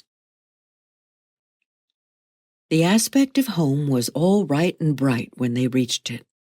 The clouds on her mother's brow had cleared off under the propitious influence of a brace of carp, most opportunely presented by a neighbor. Mr. Hale had returned from his morning's round and was awaiting his visitor just outside the wicket gate that led into the garden. He looked a complete gentleman in his rather threadbare coat and well-worn hat. Margaret was proud of her father, She had always a fresh and tender pride in seeing how favorably he impressed every stranger. Still, her quick eye sought over his face and found there traces of some unusual disturbance, which was only put aside, not cleared away. Mr. Hale asked to look at their sketches. "I think you have made the tints on the thatch too dark, have you not?" As he returned Margaret's to her and held out his hand for Mr. Lennox's, which was withheld from him one moment, no more. "No, Papa, I don't think I have. The house leek and stonecrop have grown so much darker in the rain." "Is it not like, Papa?" said she, peeping over his shoulder as he looked at the figures in Mr. Lennox's drawing. "Yes, very like. Your figure and way of holding yourself is capital, and it is just poor old Isaac's stiff way of stooping his long rheumatic back. What is this hanging from the branch of the tree? Not a bird's nest, surely?" "Oh, no, that is my bonnet. I never can draw with my bonnet on. It makes my head so hot. I wonder if I could manage figures. There are so many people about here whom I should like to sketch." "I should say that a likeness you very much wish to take, you would always succeed in," said Mr. Lennox. "I have great faith in the power of will. I think myself I have succeeded pretty well in yours." Mr. Hale had preceded them into the house, while Margaret was lingering to pluck some roses with which to adorn her morning gown for dinner. "A regular London girl would understand the implied meaning of that speech," thought Mr. Lennox. "She would be up to looking through every speech that a young man made her for the arrière-pensée of a compliment. But I don't believe Margaret—" "Stay!" exclaimed he. "Let me help you." And he gathered for her some velvety cramoisée roses that were above her reach, and then, dividing the spoil, he placed 2 in his buttonhole and sent her in, pleased and happy to arrange her flowers. The conversation at dinner flowed on quietly and agreeably.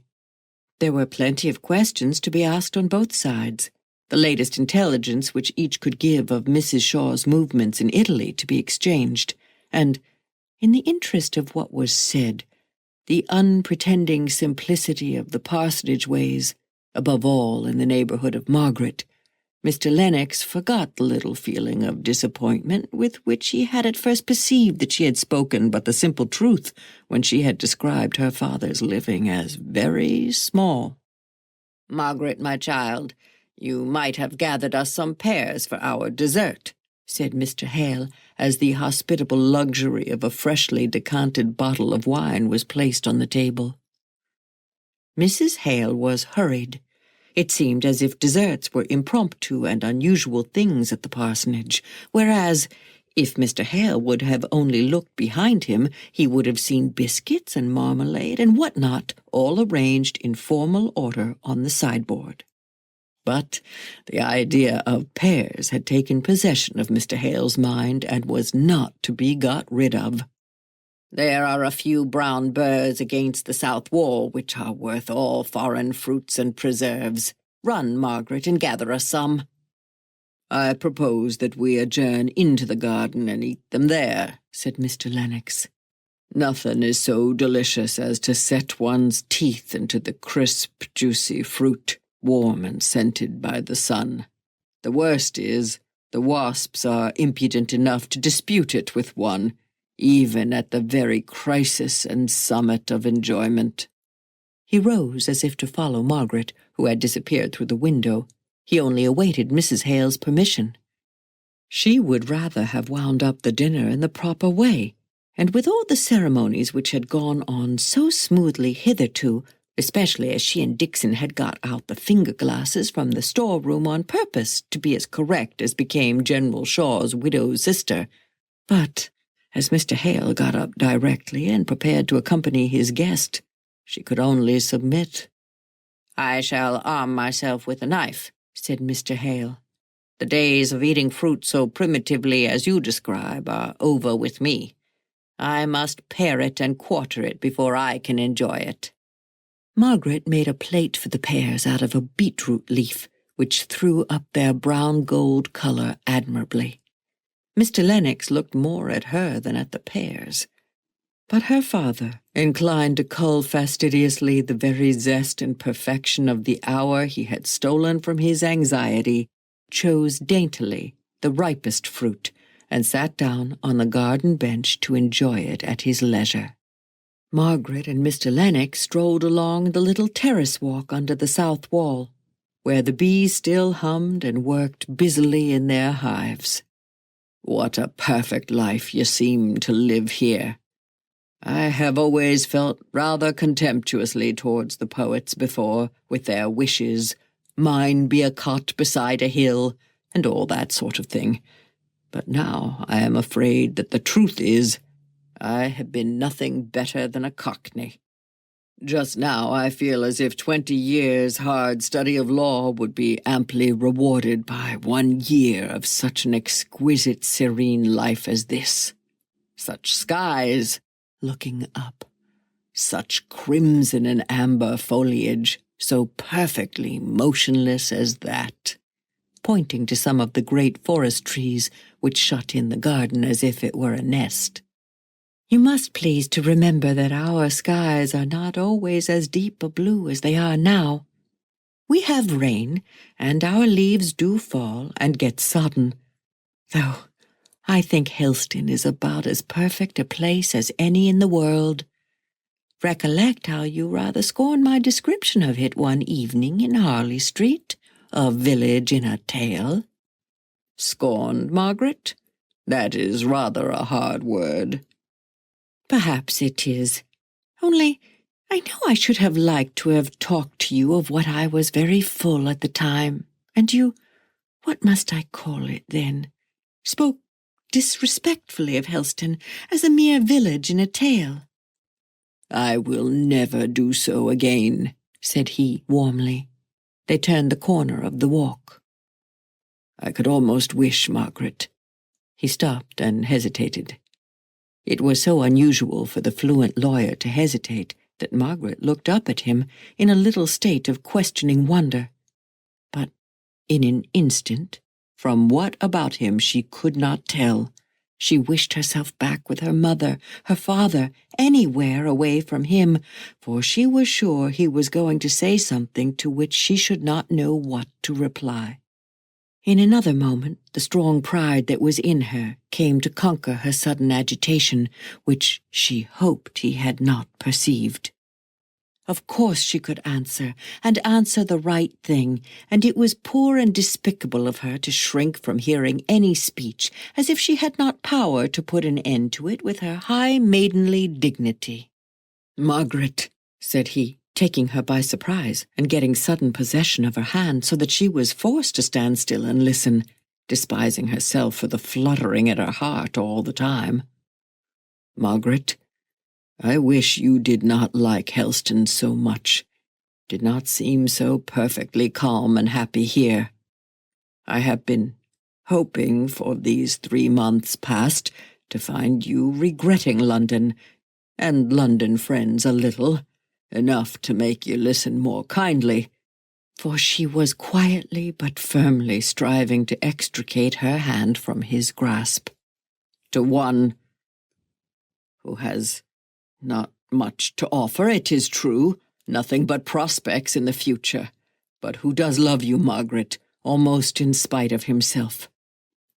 Margaret, have I startled you too much? Speak." For he saw her lips quivering, almost as if she were going to cry. She made a strong effort to be calm.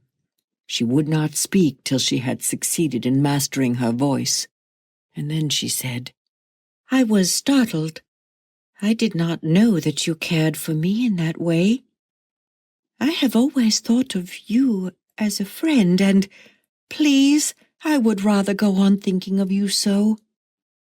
I don't like to be spoken to as you have been doing. I cannot answer you as you want me to do, and yet I should feel so sorry if I vexed you." "Margaret," said he, looking into her eyes, which met his with their open, straight look, expressive of the utmost good faith and reluctance to give pain. "Do you," he was going to say, "love anyone else?" But it seemed as if this question would be an insult to the pure serenity of those eyes. "Forgive me, I have been too abrupt. I am punished. Only let me hope. Give me the poor comfort of telling me you have never seen anyone whom you could—" Again a pause. He could not end his sentence. Margaret reproached herself acutely as the cause of his distress. "Ah, if you had never got this fancy into your head! It was such a pleasure to think of you as a friend." "But I may hope, may I not, Margaret, that sometime you will think of me as a lover? Not yet, I see. There is no hurry, but sometime." She was silent for a minute or two, trying to discover the truth as it was in her own heart before replying. Then she said, "I have never thought of you but as a friend. I like to think of you so. But I am sure I could never think of you as anything else. Pray, let us both forget that all this—" disagreeable, she was going to say, but stopped short. "Conversation has taken place?" He paused before he replied. Then, in his habitual coldness of tone, he answered, "Of course, as your feelings are so decided, and as this conversation has been so evidently unpleasant to you, it had better not be remembered.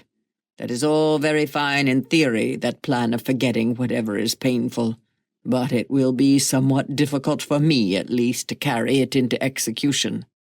"You are vexed," said she sadly. "Yet how can I help it?" She looked so truly grieved as she said this that he struggled for a moment with his real disappointment, and then answered more cheerfully, but still with a little hardness in his tone. "You should make allowances for the mortification, not only of a lover, Margaret, but of a man not given to romance in general, prudent, worldly, as some people call me, who has been carried out of his usual habits by the force of a passion. Well, we will say no more of that. But in the one outlet which he has formed for the deeper and better feelings of his nature, he meets with rejection and repulse. I shall have to console myself with scorning my own folly, a struggling barrister to think of matrimony." Margaret could not answer this. The whole tone of it annoyed her. It seemed to touch on and call out all the points of difference which had often repelled her in him, while yet he was the pleasantest man, the most sympathizing friend, the person of all others who understood her best in Harley Street. She felt a tinge of contempt mingle itself with her pain at having refused him. Her beautiful lip curled in a slight disdain. It was well that, having made the round of the garden, they came suddenly upon Mr. Hale, whose whereabouts had been quite forgotten by them. He had not yet finished the pear, which he had delicately peeled in one long strip of silver paper thinness, and which he was enjoying in a deliberate manner. It was like the story of the Eastern king, who dipped his head into a basin of water at the magician's command, and ere he instantly took it out, went through the experience of a lifetime. Margaret felt stunned, and unable to recover her self-possession enough to join in the trivial conversation that ensued between her father and Mr. Lennox. She was grave and little disposed to speak, full of wonder when Mr. Lennox would go and allow her to relax into thought on the events of the last quarter of an hour. He was almost as anxious to take his departure as she was for him to leave, but a few minutes' light and careless talking, carried on at whatever effort, was a sacrifice which he owed to his mortified vanity or his self-respect. He glanced from time to time at her sad and pensive face. I am not so indifferent to her as she believes, thought he to himself. I do not give up hope." Before a quarter of an hour was over, he had fallen into a way of conversing with quiet sarcasm, speaking of life in London and life in the country, as if he were conscious of his second mocking self and afraid of his own satire. Mr. Hale was puzzled. His visitor was a different man to what he had seen him before at the wedding breakfast and at dinner today, a lighter, cleverer, more worldly man, and as such, dissonant to Mr. Hale. It was a relief to all three when Mr. Lennox said that he must go directly if he meant to catch the 5 o'clock train. They proceeded to the house to find Mrs. Hale and wish her goodbye. At the last moment, Henry Lennox's real self broke through the crust. "Margaret, don't despise me. I have a heart, notwithstanding all this good-for-nothing way of talking. As proof of it, I believe I love you more than ever, if I do not hate you for the disdain with which you have listened to me during this last half-hour. Goodbye, Margaret. Margaret."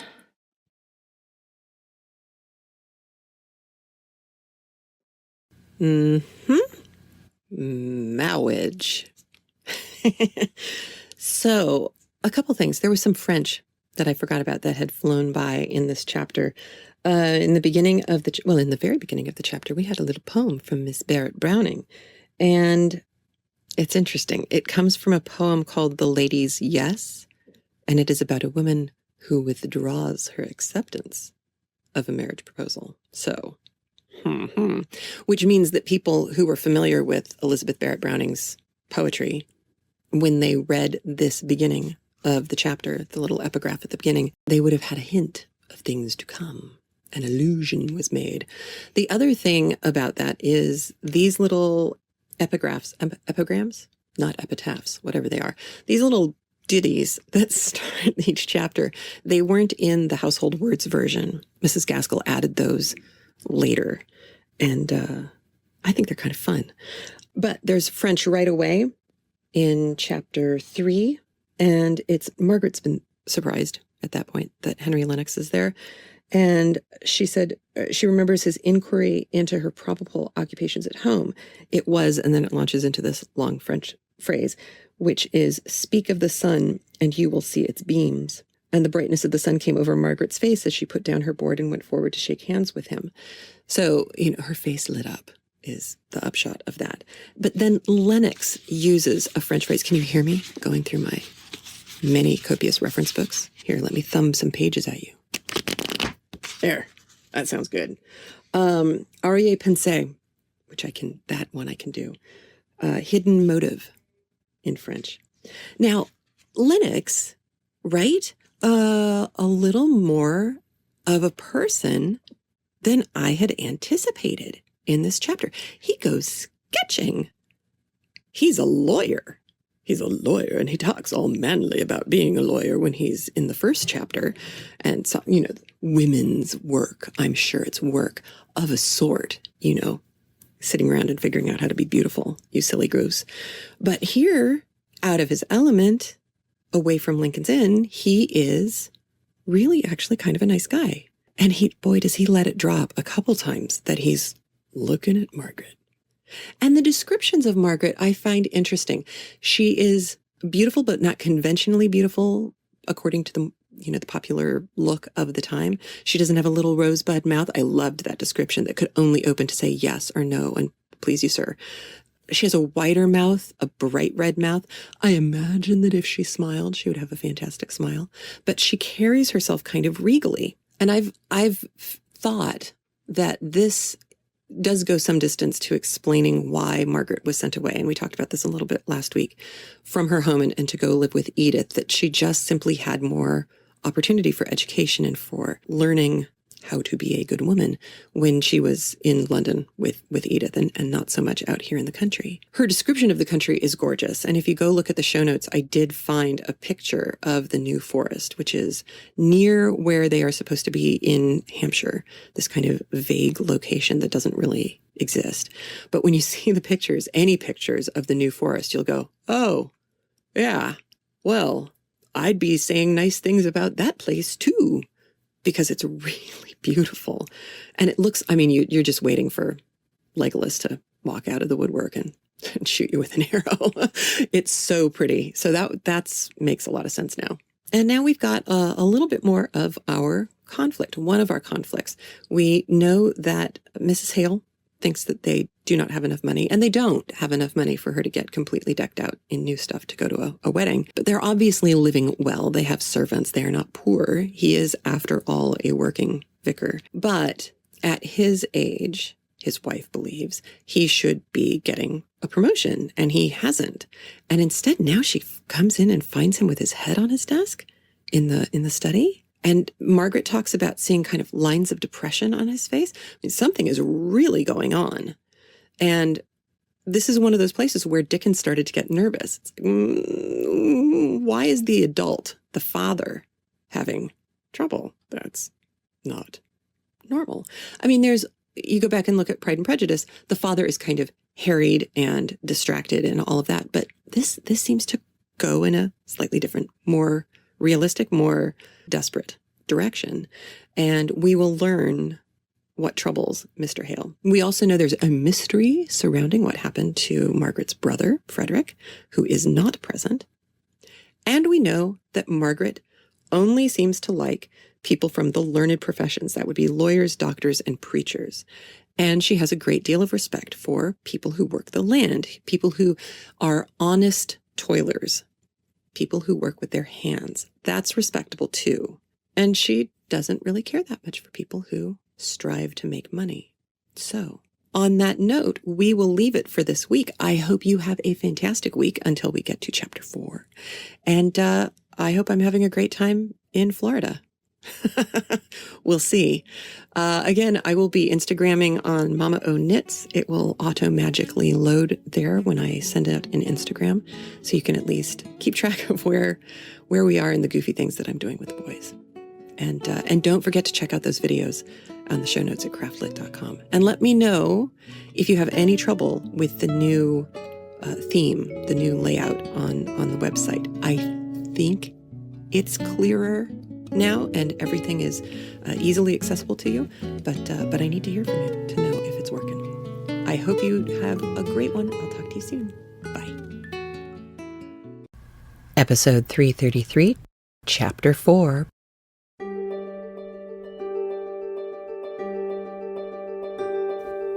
Welcome to CraftLit, the podcast for crafters who love books. My name is Heather Ordover, and I'm podcasting from the shores of the Potomac in Virginia, the Old Dominion. Episode 333, Reconnaissance.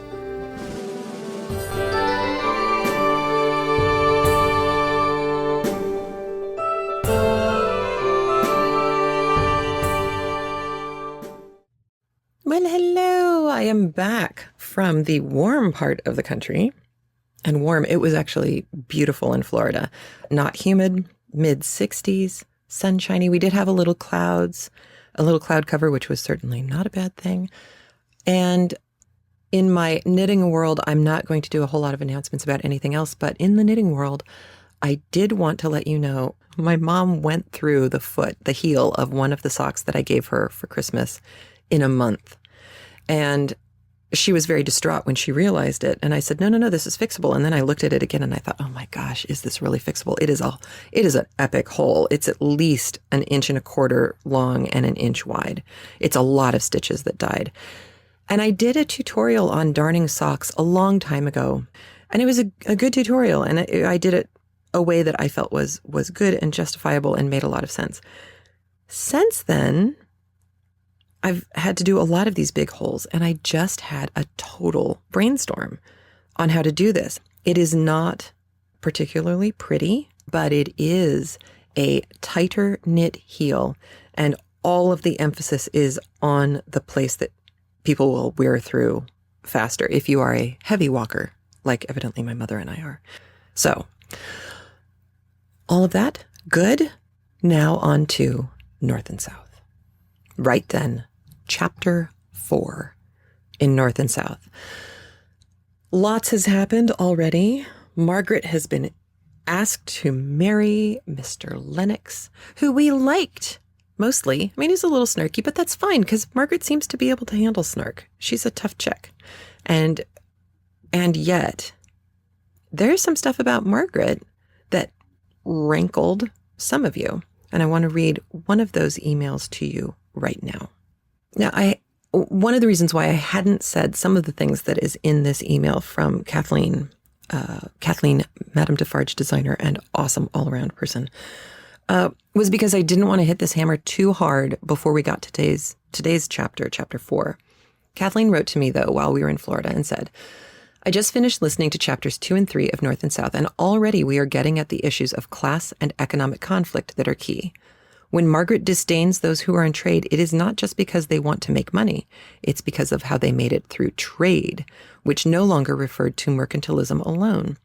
The term was used sneeringly by the aristocracy, upper classes, landed gentry to refer to industrial endeavors of all types. Plenty of those sneering aristocrats had very short memories of how they came to get their land through enclosures a couple of centuries before, which created their great estates, and also conveniently disregarded the money they made in lucrative merchant trades like opium, sugar, and slaves.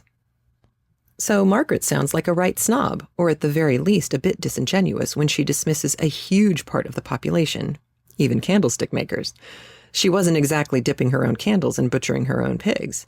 Though she doesn't have much money, she is a lady, and the implication is that no one in trade could be a gentleman, or a lady for that matter. I think she is so happy to be in the country that she is kind of clueless about the real privations of people like old Isaac and his hovel, which struck me too. Did that get you? I noticed that too. Kathleen goes on to say about the aristocrats, of course, industrialism was a threat to them, both to their finances and their privilege, but as their finances worsened, they were not averse to taking flyers on schemes like railway building. Anthony Trollope's book, The Way We Live Now, is brilliant on this aspect, with lords falling all over themselves to get in bed with a sleazy Melmotte and his Mexican railway. And all of that is important to keep in mind about Margaret's mindset as we head into today's chapter. There is a lot going on in and around Margaret. And one of the things that has been kind of a curiosity is Margaret is just the daughter of a parish priest, and a parish priest out in the country. I mean, it's not like he's the Archbishop of Canterbury or anything, is what I'm saying.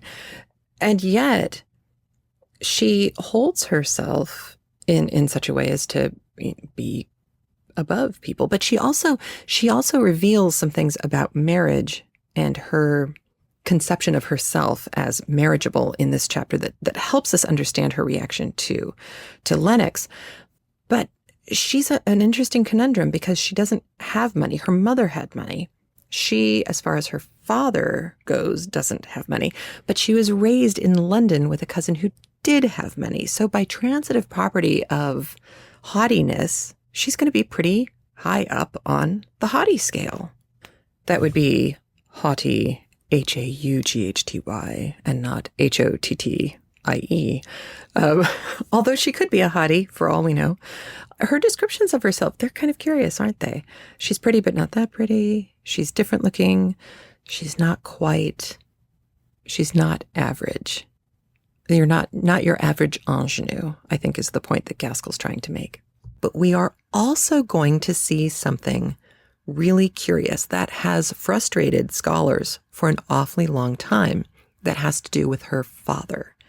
And that is all I am going to tell you before we hear the chapter, because we have a lot to talk about afterwards.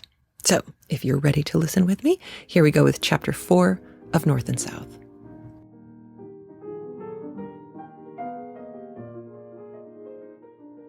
Chapter 4. Doubts and Difficulties.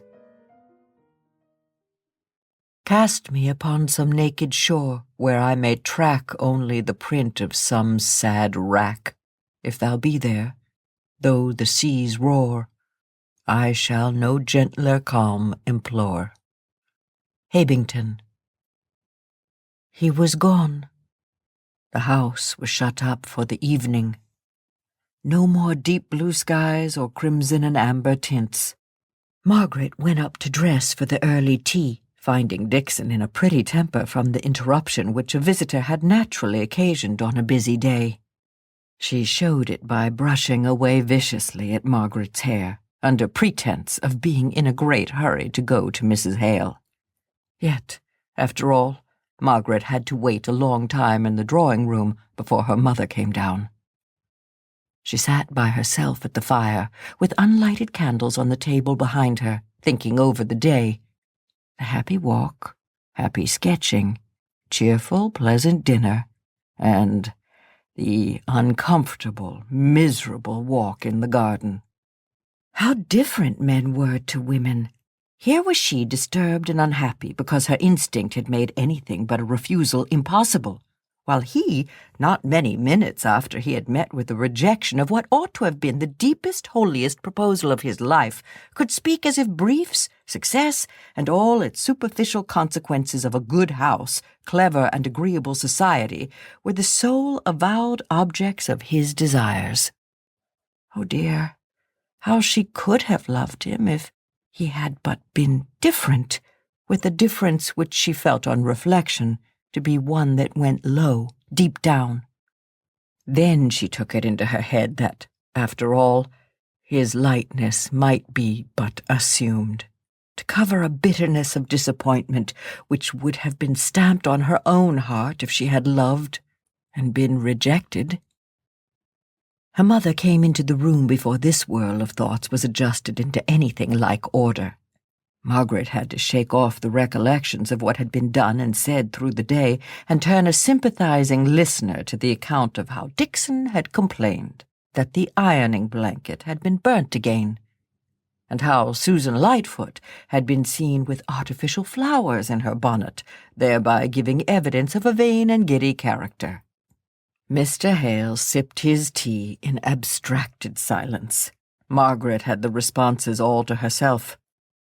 She wondered how her father and mother could be so forgetful, so regardless of their companion through the day, as never to mention his name.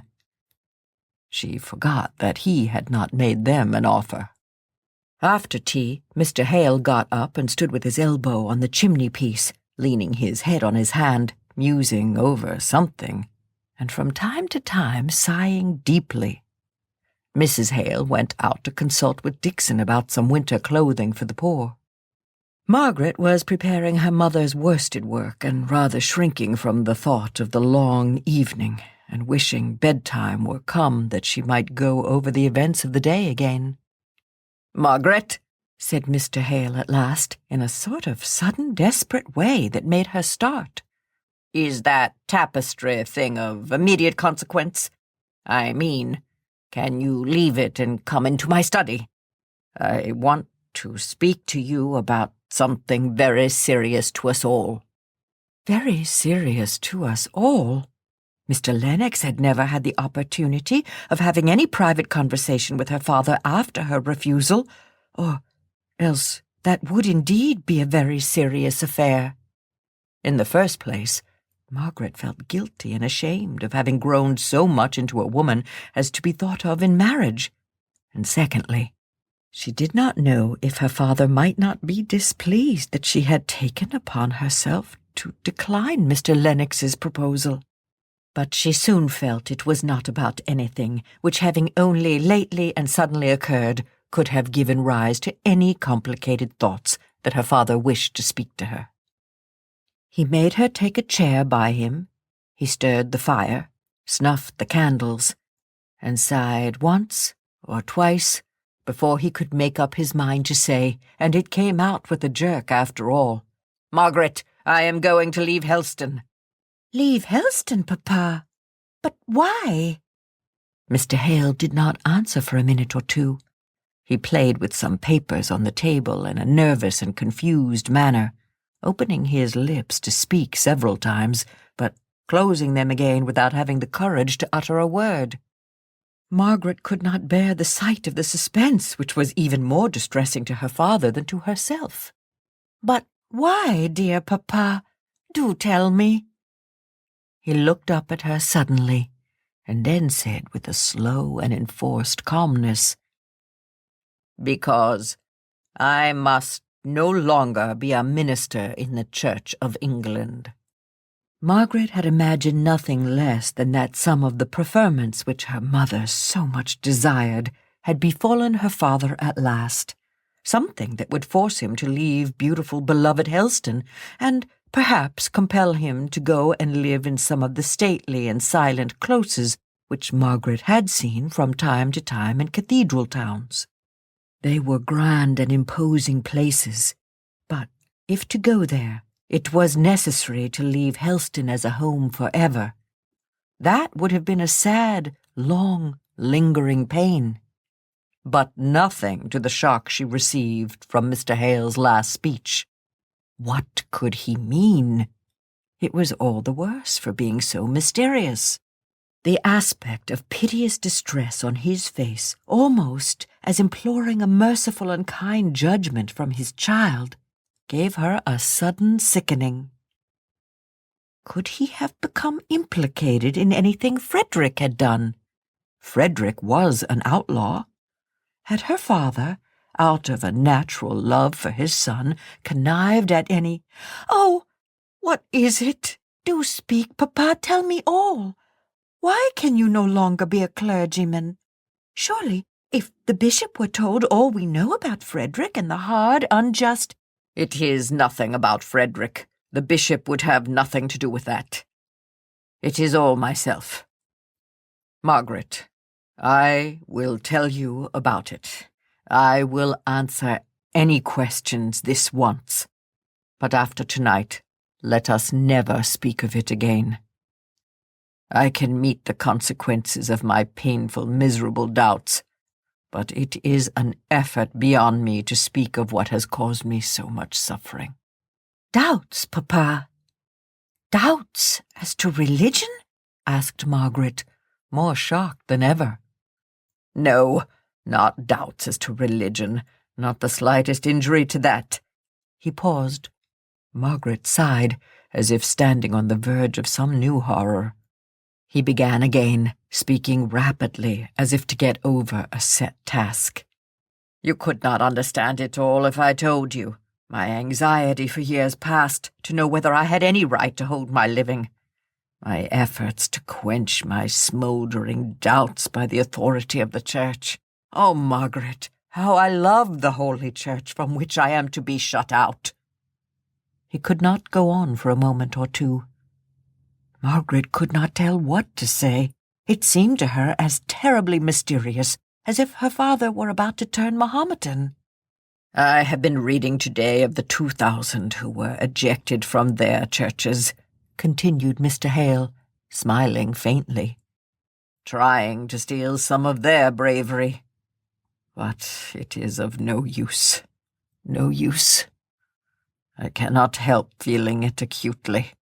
"But, Papa, have you well considered?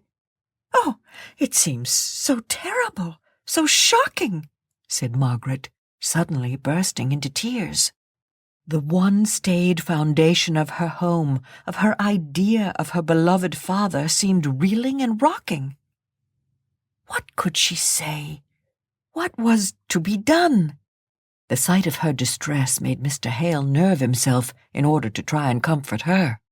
He swallowed down the dry, choking sobs which had been heaving up from his heart hitherto, and, going to his bookcase, he took down a volume which he had often been reading lately, and from which he thought he had derived strength to enter upon the course in which he was now embarked. "Listen, dear Margaret," said he, putting one arm round her waist. She took his hand in hers and grasped it tight, but she could not lift up her head, nor, indeed, could she attend to what he read, so great was her internal agitation. "This is the soliloquy of one who was once a clergyman in a country parish like me. It was written by a Mr. Oldfield, minister of Carsington in Derbyshire, 160 years ago or more. His trials are over. He fought the good fight." These last two sentences he spoke low, as if to himself. Then he read aloud.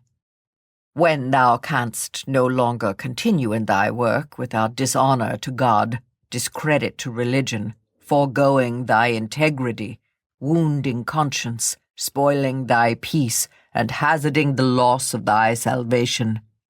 In a word, when the conditions upon which thou must continue, if thou wilt continue, in thy employments are sinful and unwarranted by the word of God, thou mayest, yea, thou must believe that God will turn thy very silence, suspension, deprivation, and laying aside to his glory and the advancement of the gospel's interest. When God will not use thee in one kind, yet he will in another. A soul that desires to serve and honor him shall never want opportunity to do it, nor must thou so limit the Holy One of Israel as to think he hath but one way in which he can glorify himself by thee. He can do it by thy silence as well as by thy preaching, thy laying aside as well as thy continuance in thy work. It is not pretense of doing God the greatest service, or performing the weightiest duty, that will excuse the least sin, though that sin capacitated or gave us the opportunity for doing that duty. Thou wilt have little thanks, O my soul, if, when thou art charged with corrupting God's worship, falsifying thy vows, thou pretendest a necessity for it, in order to a continuance in the ministry. As he read this, and glanced at much more which he did not read, he gained resolution for himself, and felt as if he too could be brave and firm in doing what he believed to be right. But as he ceased, he heard Margaret's low, convulsive sob, and his courage sank down under the keen sense of suffering. "Margaret, dear," said he, drawing her closer, "think of the early martyrs. Think of the thousands who have suffered." "But, father," said she, suddenly lifting up her flushed, tear-wet face, "the early martyrs suffered for the truth, while you— Oh, dear, dear papa." "I suffer for conscience' sake, my child," said he, with the dignity that was only tremulous from the acute sensitiveness of his character. "I must do what my conscience bids. I have borne long with self-reproach that would have roused any mind less torpid and cowardly than mine." He shook his head as he went on. "Your poor mother's fond wish, gratified at last in the mocking way in which over-fond wishes are too often fulfilled, Sodom apples as they are, has brought on this crisis, for which I ought to be, and I hope I am, thankful. It is not a month since the bishop offered me another living. If I had accepted it, I should have had to make a fresh declaration of conformity to the liturgy at my institution. Margaret, I tried to do it. I tried to content myself with simply refusing the additional preferment and stopping quietly here, strangling my conscience now, as I had strained it before. God forgive me." He rose and walked up and down the room, speaking low words of self-reproach and humiliation, of which Margaret was thankful to hear but a few. At last he said, "Margaret, I return to the old sad burden. We must leave Helston." "Yes, I see. But when?" "I have written to the bishop. I dare say I have told you so, but I forget things just now," said Mr. Hale, collapsing into his depressed manner as soon as he came to talk of hard, matter-of-fact details. "Informing him of my intention to resign this vicarage. He has been most kind. He has used arguments and expostulations, all in vain. In vain. They are but what I have tried upon myself without avail. I shall have to take my deed of resignation and wait upon the bishop myself to bid him farewell. That will be a trial. But worse, far worse, will be the parting from my dear people. There is a curate appointed to read prayers, a Mr. Brown. He will come to stay with us tomorrow. Next Sunday I preach my farewell sermon. Was it to be so sudden, then? Thought Margaret. And yet, perhaps it was just as well. Lingering would only add stings to the pain. It was better to be stunned into numbness by hearing of all these arrangements, which seemed to be nearly completed before she had been told. "What does Mamma say?" asked she, with a deep sigh. To her surprise, her father began to walk about again before he answered. At length, he stopped and replied, "Margaret, I am a poor coward after all. I cannot bear to give pain. I know so well your mother's married life has not been all she hoped, all she had a right to expect, and this will be such a blow to her that I have never had the heart, the power to tell her. She must be told, though, now," said he, looking wistfully at his daughter. Margaret was almost overpowered with the idea that her mother knew nothing of it all, and yet the affair was so far advanced. "Yes, indeed she must," said Margaret. "Perhaps, after all, she may not— Oh, yes, she will. She must be shocked." As the force of the blow returned upon herself in trying to realize how another would take it. "Where are we to go?" said she at last, struck with a fresh wonder as to their future plans, if plans indeed her father had. "To Milton Northern," he answered with a dull indifference, for he had perceived that, although his daughter's love had made her cling to him and for a moment strive to soothe him with her love, yet the keenness of the pain was as fresh as ever in her mind. "Milton Northern? The manufacturing town in Berkshire?" "Yes," said he in the same despondent, indifferent way. "Why there, Papa?" asked she. "Because there I can earn bread for my family. Because I know no one there, and no one knows Helston or can ever talk to me about it." "Bread for your family? I thought you and Mamma had—" And then she stopped, checking her natural interest regarding their future life, as she saw the gathering gloom on her father's brow. But he, with his quick intuitive sympathy, read in her face as in a mirror the reflections of his own moody depression, and turned it off with an effort. "You shall be told all, Margaret. Only help me to tell your mother. I think I could do anything but that. The idea of her distress turns me sick with dread. If I tell you all, perhaps you could break it to her tomorrow? I am going out for the day to bid Farmer Dobson and the poor people on Bracy Common good-bye. Would you dislike breaking it to her very much, Margaret?" Margaret did dislike it, did shrink from it more than from anything she had ever had to do in her life before. She could not speak all at once. Her father said, "You dislike it very much, don't you, Margaret?"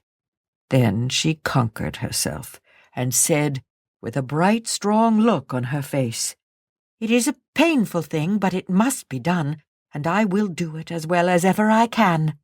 You must have many painful things to do." Mr. Hale shook his head despondingly.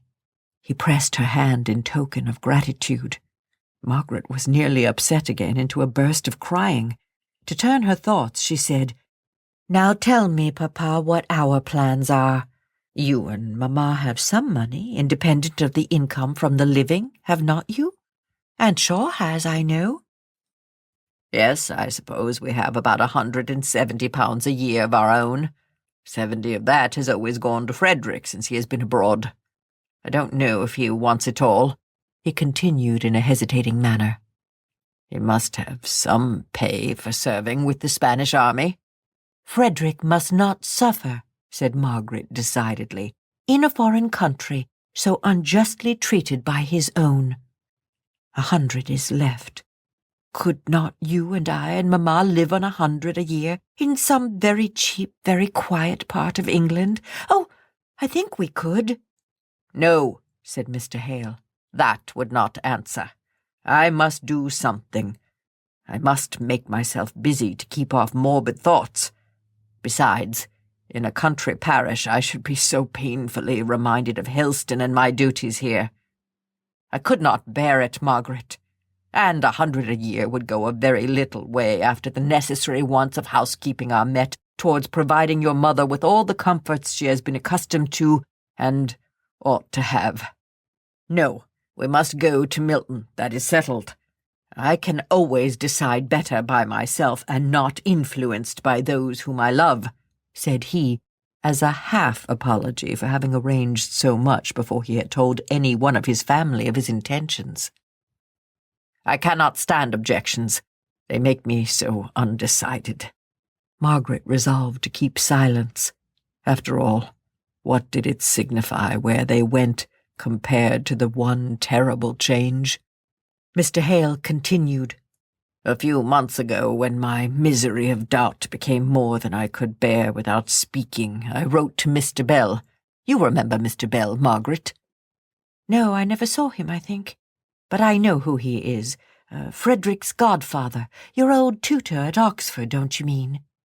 Yes, he is a fellow of Plymouth College there. He is a native of Milton Northern, I believe. At any rate, he has property there which has very much increased in value since Milton has become such a large manufacturing town. Well, I had reason to suspect, to imagine. I had better say nothing about it, however. But I felt sure of sympathy from Mr. Bell. I don't know that he gave me much strength.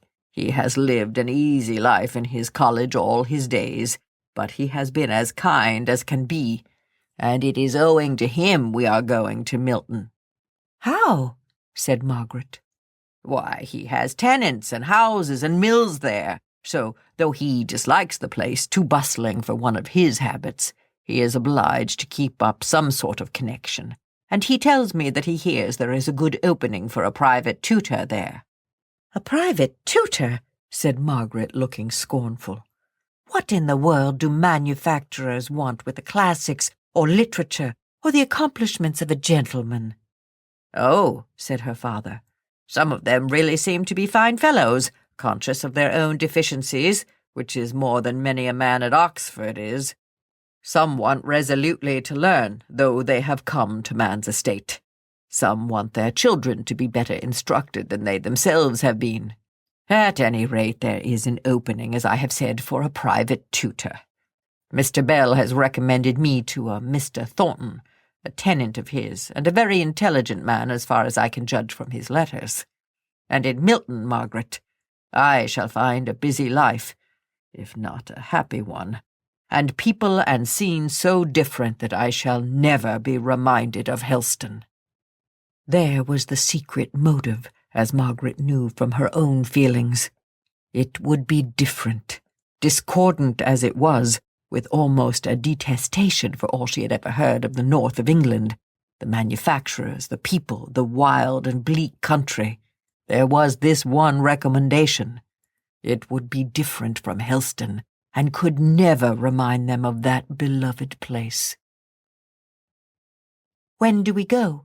Asked Margaret after a short silence. I do not know exactly. I wanted to talk it over with you. You see, your mother knows nothing about it yet, but I think in a fortnight, after my deed of resignation is sent in, I shall have no right to remain.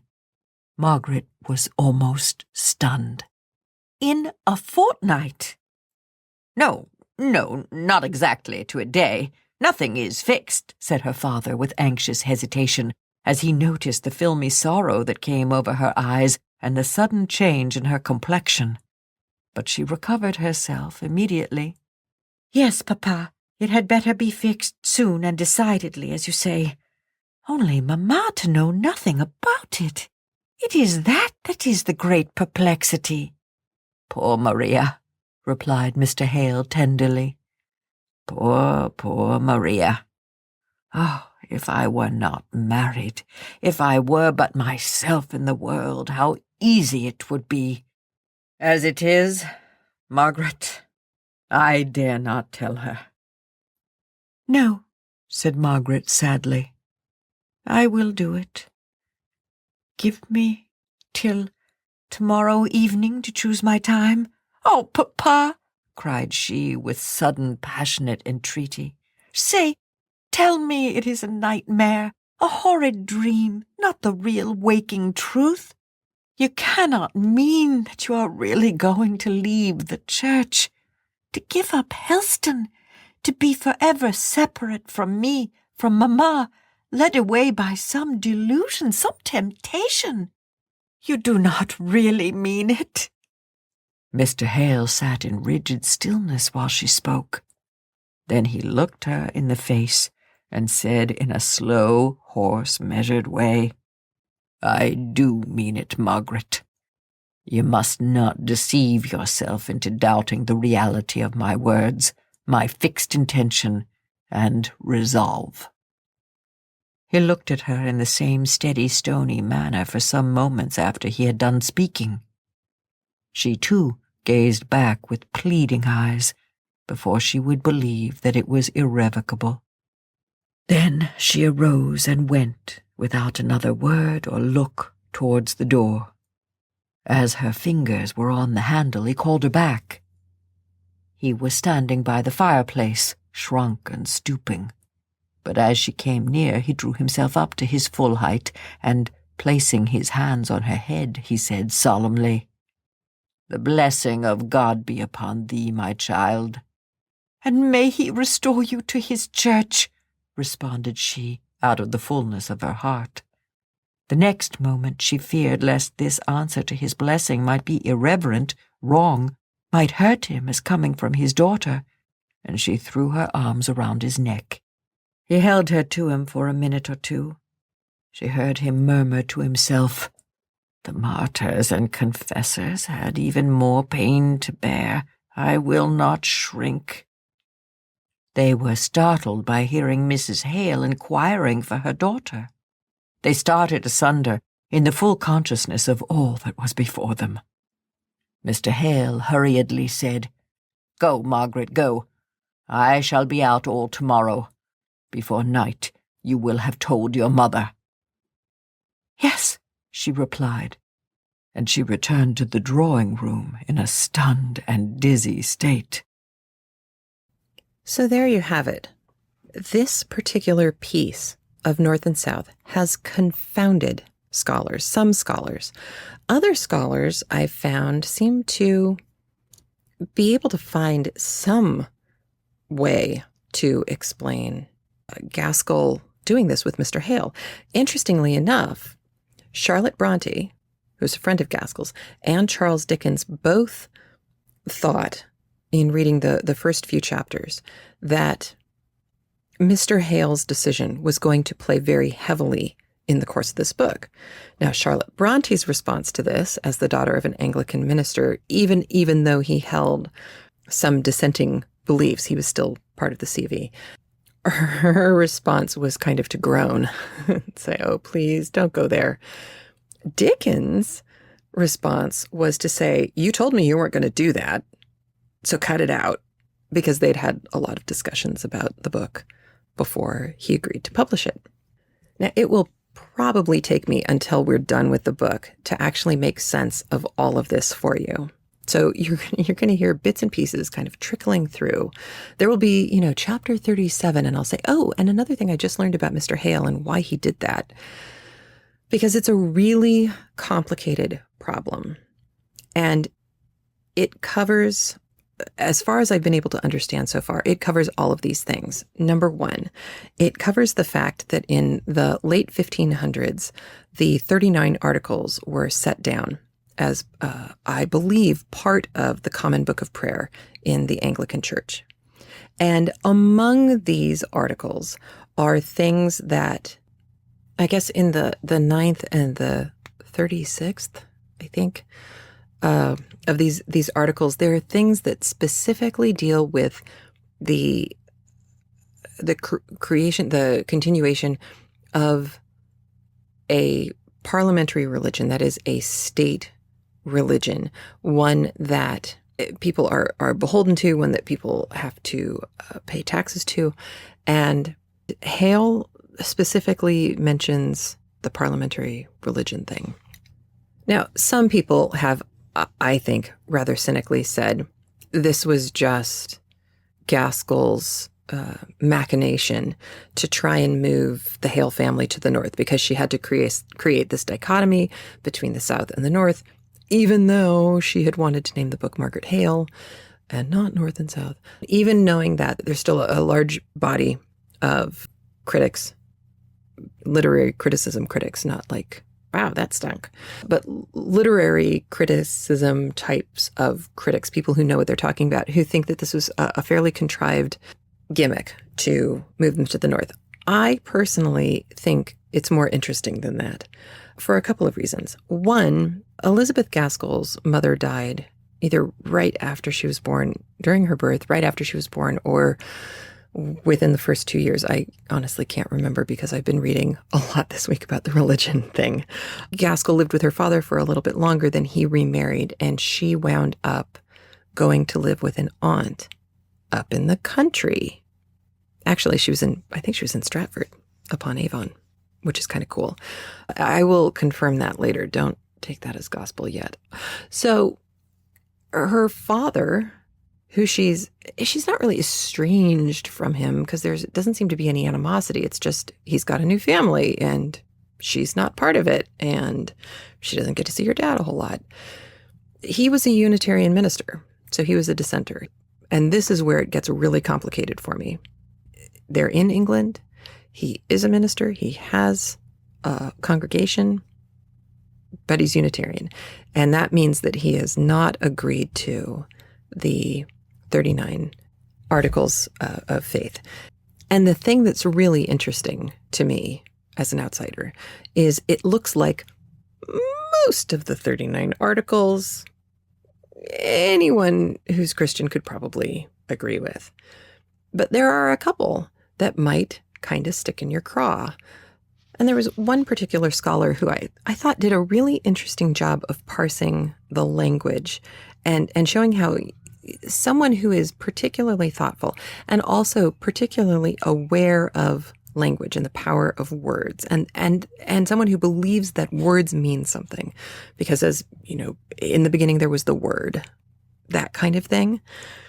Let's see, it's the 36th article, says something about that he alloweth the book of articles, and that he acknowledgeth the same to be agreeable to the word of God. And this scholar points out that we can allow a lot of things that we don't necessarily think are brilliant or correct or whatever.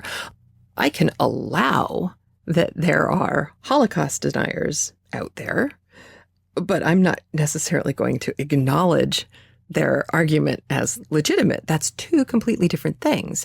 And for someone like Hale, who clearly takes his job very seriously and thinks a great deal about it and cares a great deal about it, this could really become a problem. There was another one that said, whomsoever shall hereafter affirm that any of the 39 articles, etc., are in any part superstitious or erroneous, or such as he may not with a good conscience subscribe unto, let him be excommunicated. That's the line that got a lot of those, he referred to them as martyrs, the people who were kicked out of the church back a couple hundred years before this. That's where they had their sticking point. There were things that they just could no longer, in good conscience and good faith, agree to. And that's a problem. And the thing that I think is important about all of this, when it comes down to it, isn't that it doesn't matter, because I think it does matter a great deal. I think the important thing is that it shows us really rather early on that Gaskell is trying to play fair. Henry Lennox is a lawyer. He can be snarky, sure, but he's also a real person, and he likes to go sketching, and he actually has kind of a talent for it. And he is a kind, interested man. He's not an NGB. He's not a nice guy, but he's a good guy. But Margaret isn't there yet. And as she said in this chapter, she was kind of embarrassed at someone even thinking about her as a possible wife. She's just not there. And Hale, it would be too easy. It would be too facile to just write him off as some bumbling clergyman who can't quite get his act together and sign on to something. That's not true. And he's not that guy. He's not Rowan Atkinson in 3 Weddings and a Funeral. He's not Mowage. He's a real guy with real doubts. And I think what's important for us early on in the book is to become very clear in our minds and in our hearts that Elizabeth Gaskell is going to do her best to play fair with everyone. And that means if she meets an atheist, she is going to treat the atheist with respect. If she met a Jew in this book, she would treat the Jew with respect. And yes, she did have that throwaway line that this was as shocking as if her father had become a Mohammedan. Now, in today's world, that is kind of affronting because that's a complete misnomer. We talked about this back when we did Frankenstein. Muslims do not treat Muhammad as God. He's a prophet. And so to call them Mohammedans is really just wrong. And yet I felt like you could insert anything into that line. It would be as shocking as if her father had become a Buddhist. It would be as shocking as if her father had become a Jew. It was as, that you could insert anything and it would all have been just as shocking. Because again, we're talking about a state religion. Any deviation from that track is going to be shocking. And yet, Gaskell treats Hale with respect. She treats Margaret with respect. She treats Lennox with respect. We haven't seen a whole lot of Mrs. Hale yet, so we don't know how that's going to go. But we've also learned something, again, thinking about this as Margaret Hale's book instead of North and South, the dichotomy. We've learned something very interesting about Margaret. She may be biased in her own mind about people and class and things like that. But when push comes to shove, this woman is tough. Her father can't bear to tell her mother that they're going to move in 20 days. So Margaret has to do it? Doesn't want to, but willingly accepts that burden. You're going to see a lot more of this from this young woman. And I read a lot of kind of college-ish essays, or at least they read as college essays, and even some stuff from scholars who were like, women during the Victorian time were never like this. This would have been unthinkable. No one could possibly have been like this from mine. So she's really promoting a radical feminist view of women. And I think that's a bunch of bunk, right? Because women who didn't have access to money certainly had to be tough. And even women who did have access to money, they may have had to be sneakier about the way that they did things around some men, not all men, but some men. But you can't tell me that women were weak and weak and weak and weak and weak until suddenly in 1967, they became empowered. I don't buy it for a second. Gaskell was a strong woman. She was a mother. She was a wife. And she probably would have listed them in that order. She loved her daughters and her son, loved her husband, who was, by the way, a Unitarian minister. But she went and traveled on her own or with a friend. Nothing stopped her. So she's very much a picture of a perfect Victorian wife and an author who's making more money than her husband and travels where she wants to, when she wants to, and has lots of really interesting friends. So, you put those two things together and you go, okay, women in the Victorian era, probably more complicated than we thought. And perhaps Marion in The Woman in White really wasn't that extraordinary in the grand scheme of things. Maybe what was extraordinary was that someone had the cojones to write about her, like Wilkie Collins and Elizabeth Gaskell. And as I'm learning about Middlemarch, George Eliot. So as I continue to read on this incredibly complicated and intricate problem of religious dissension in England during the mid 1800s, I will be feeding you what I learn when I learn it, if it's valuable at all, to the story that we're reading. But there's a lot of stuff going on early on in the book. And, it's funny because when I first read the book, I felt like the beginning was really kind of sleepy, yawn, okay. And then this chapter happened and I thought, okay, well, that's new. And pretty much from this point on, I was hooked. Certainly by the time that they get to Milton. Milton, Northern, is a stand-in for Manchester. I know you're shocked. And Darkshire is a stand-in for Lancashire. Everybody knew that. It wasn't a surprise. But that was how Gaskell chose to write it. There doesn't seem to be any real rule about this convention. We've certainly heard it before. In Jane Eyre, it was Blankshire, where it was just a blank line, and then shire, S-H-I-R-E. Different writers seem to have done it different ways. But there's no question that this is Manchester, which Elizabeth Gaskell lived sort of in, near-ish, and Lancashire County, where Manchester is. It's not a surprise that she named it Milton, even though it's spelled Milton like the poet, M-I-L-T-O-N. It is Mill, M-I-L-L, town, T-O-W-N. It is a mill town. That's where they're moving to.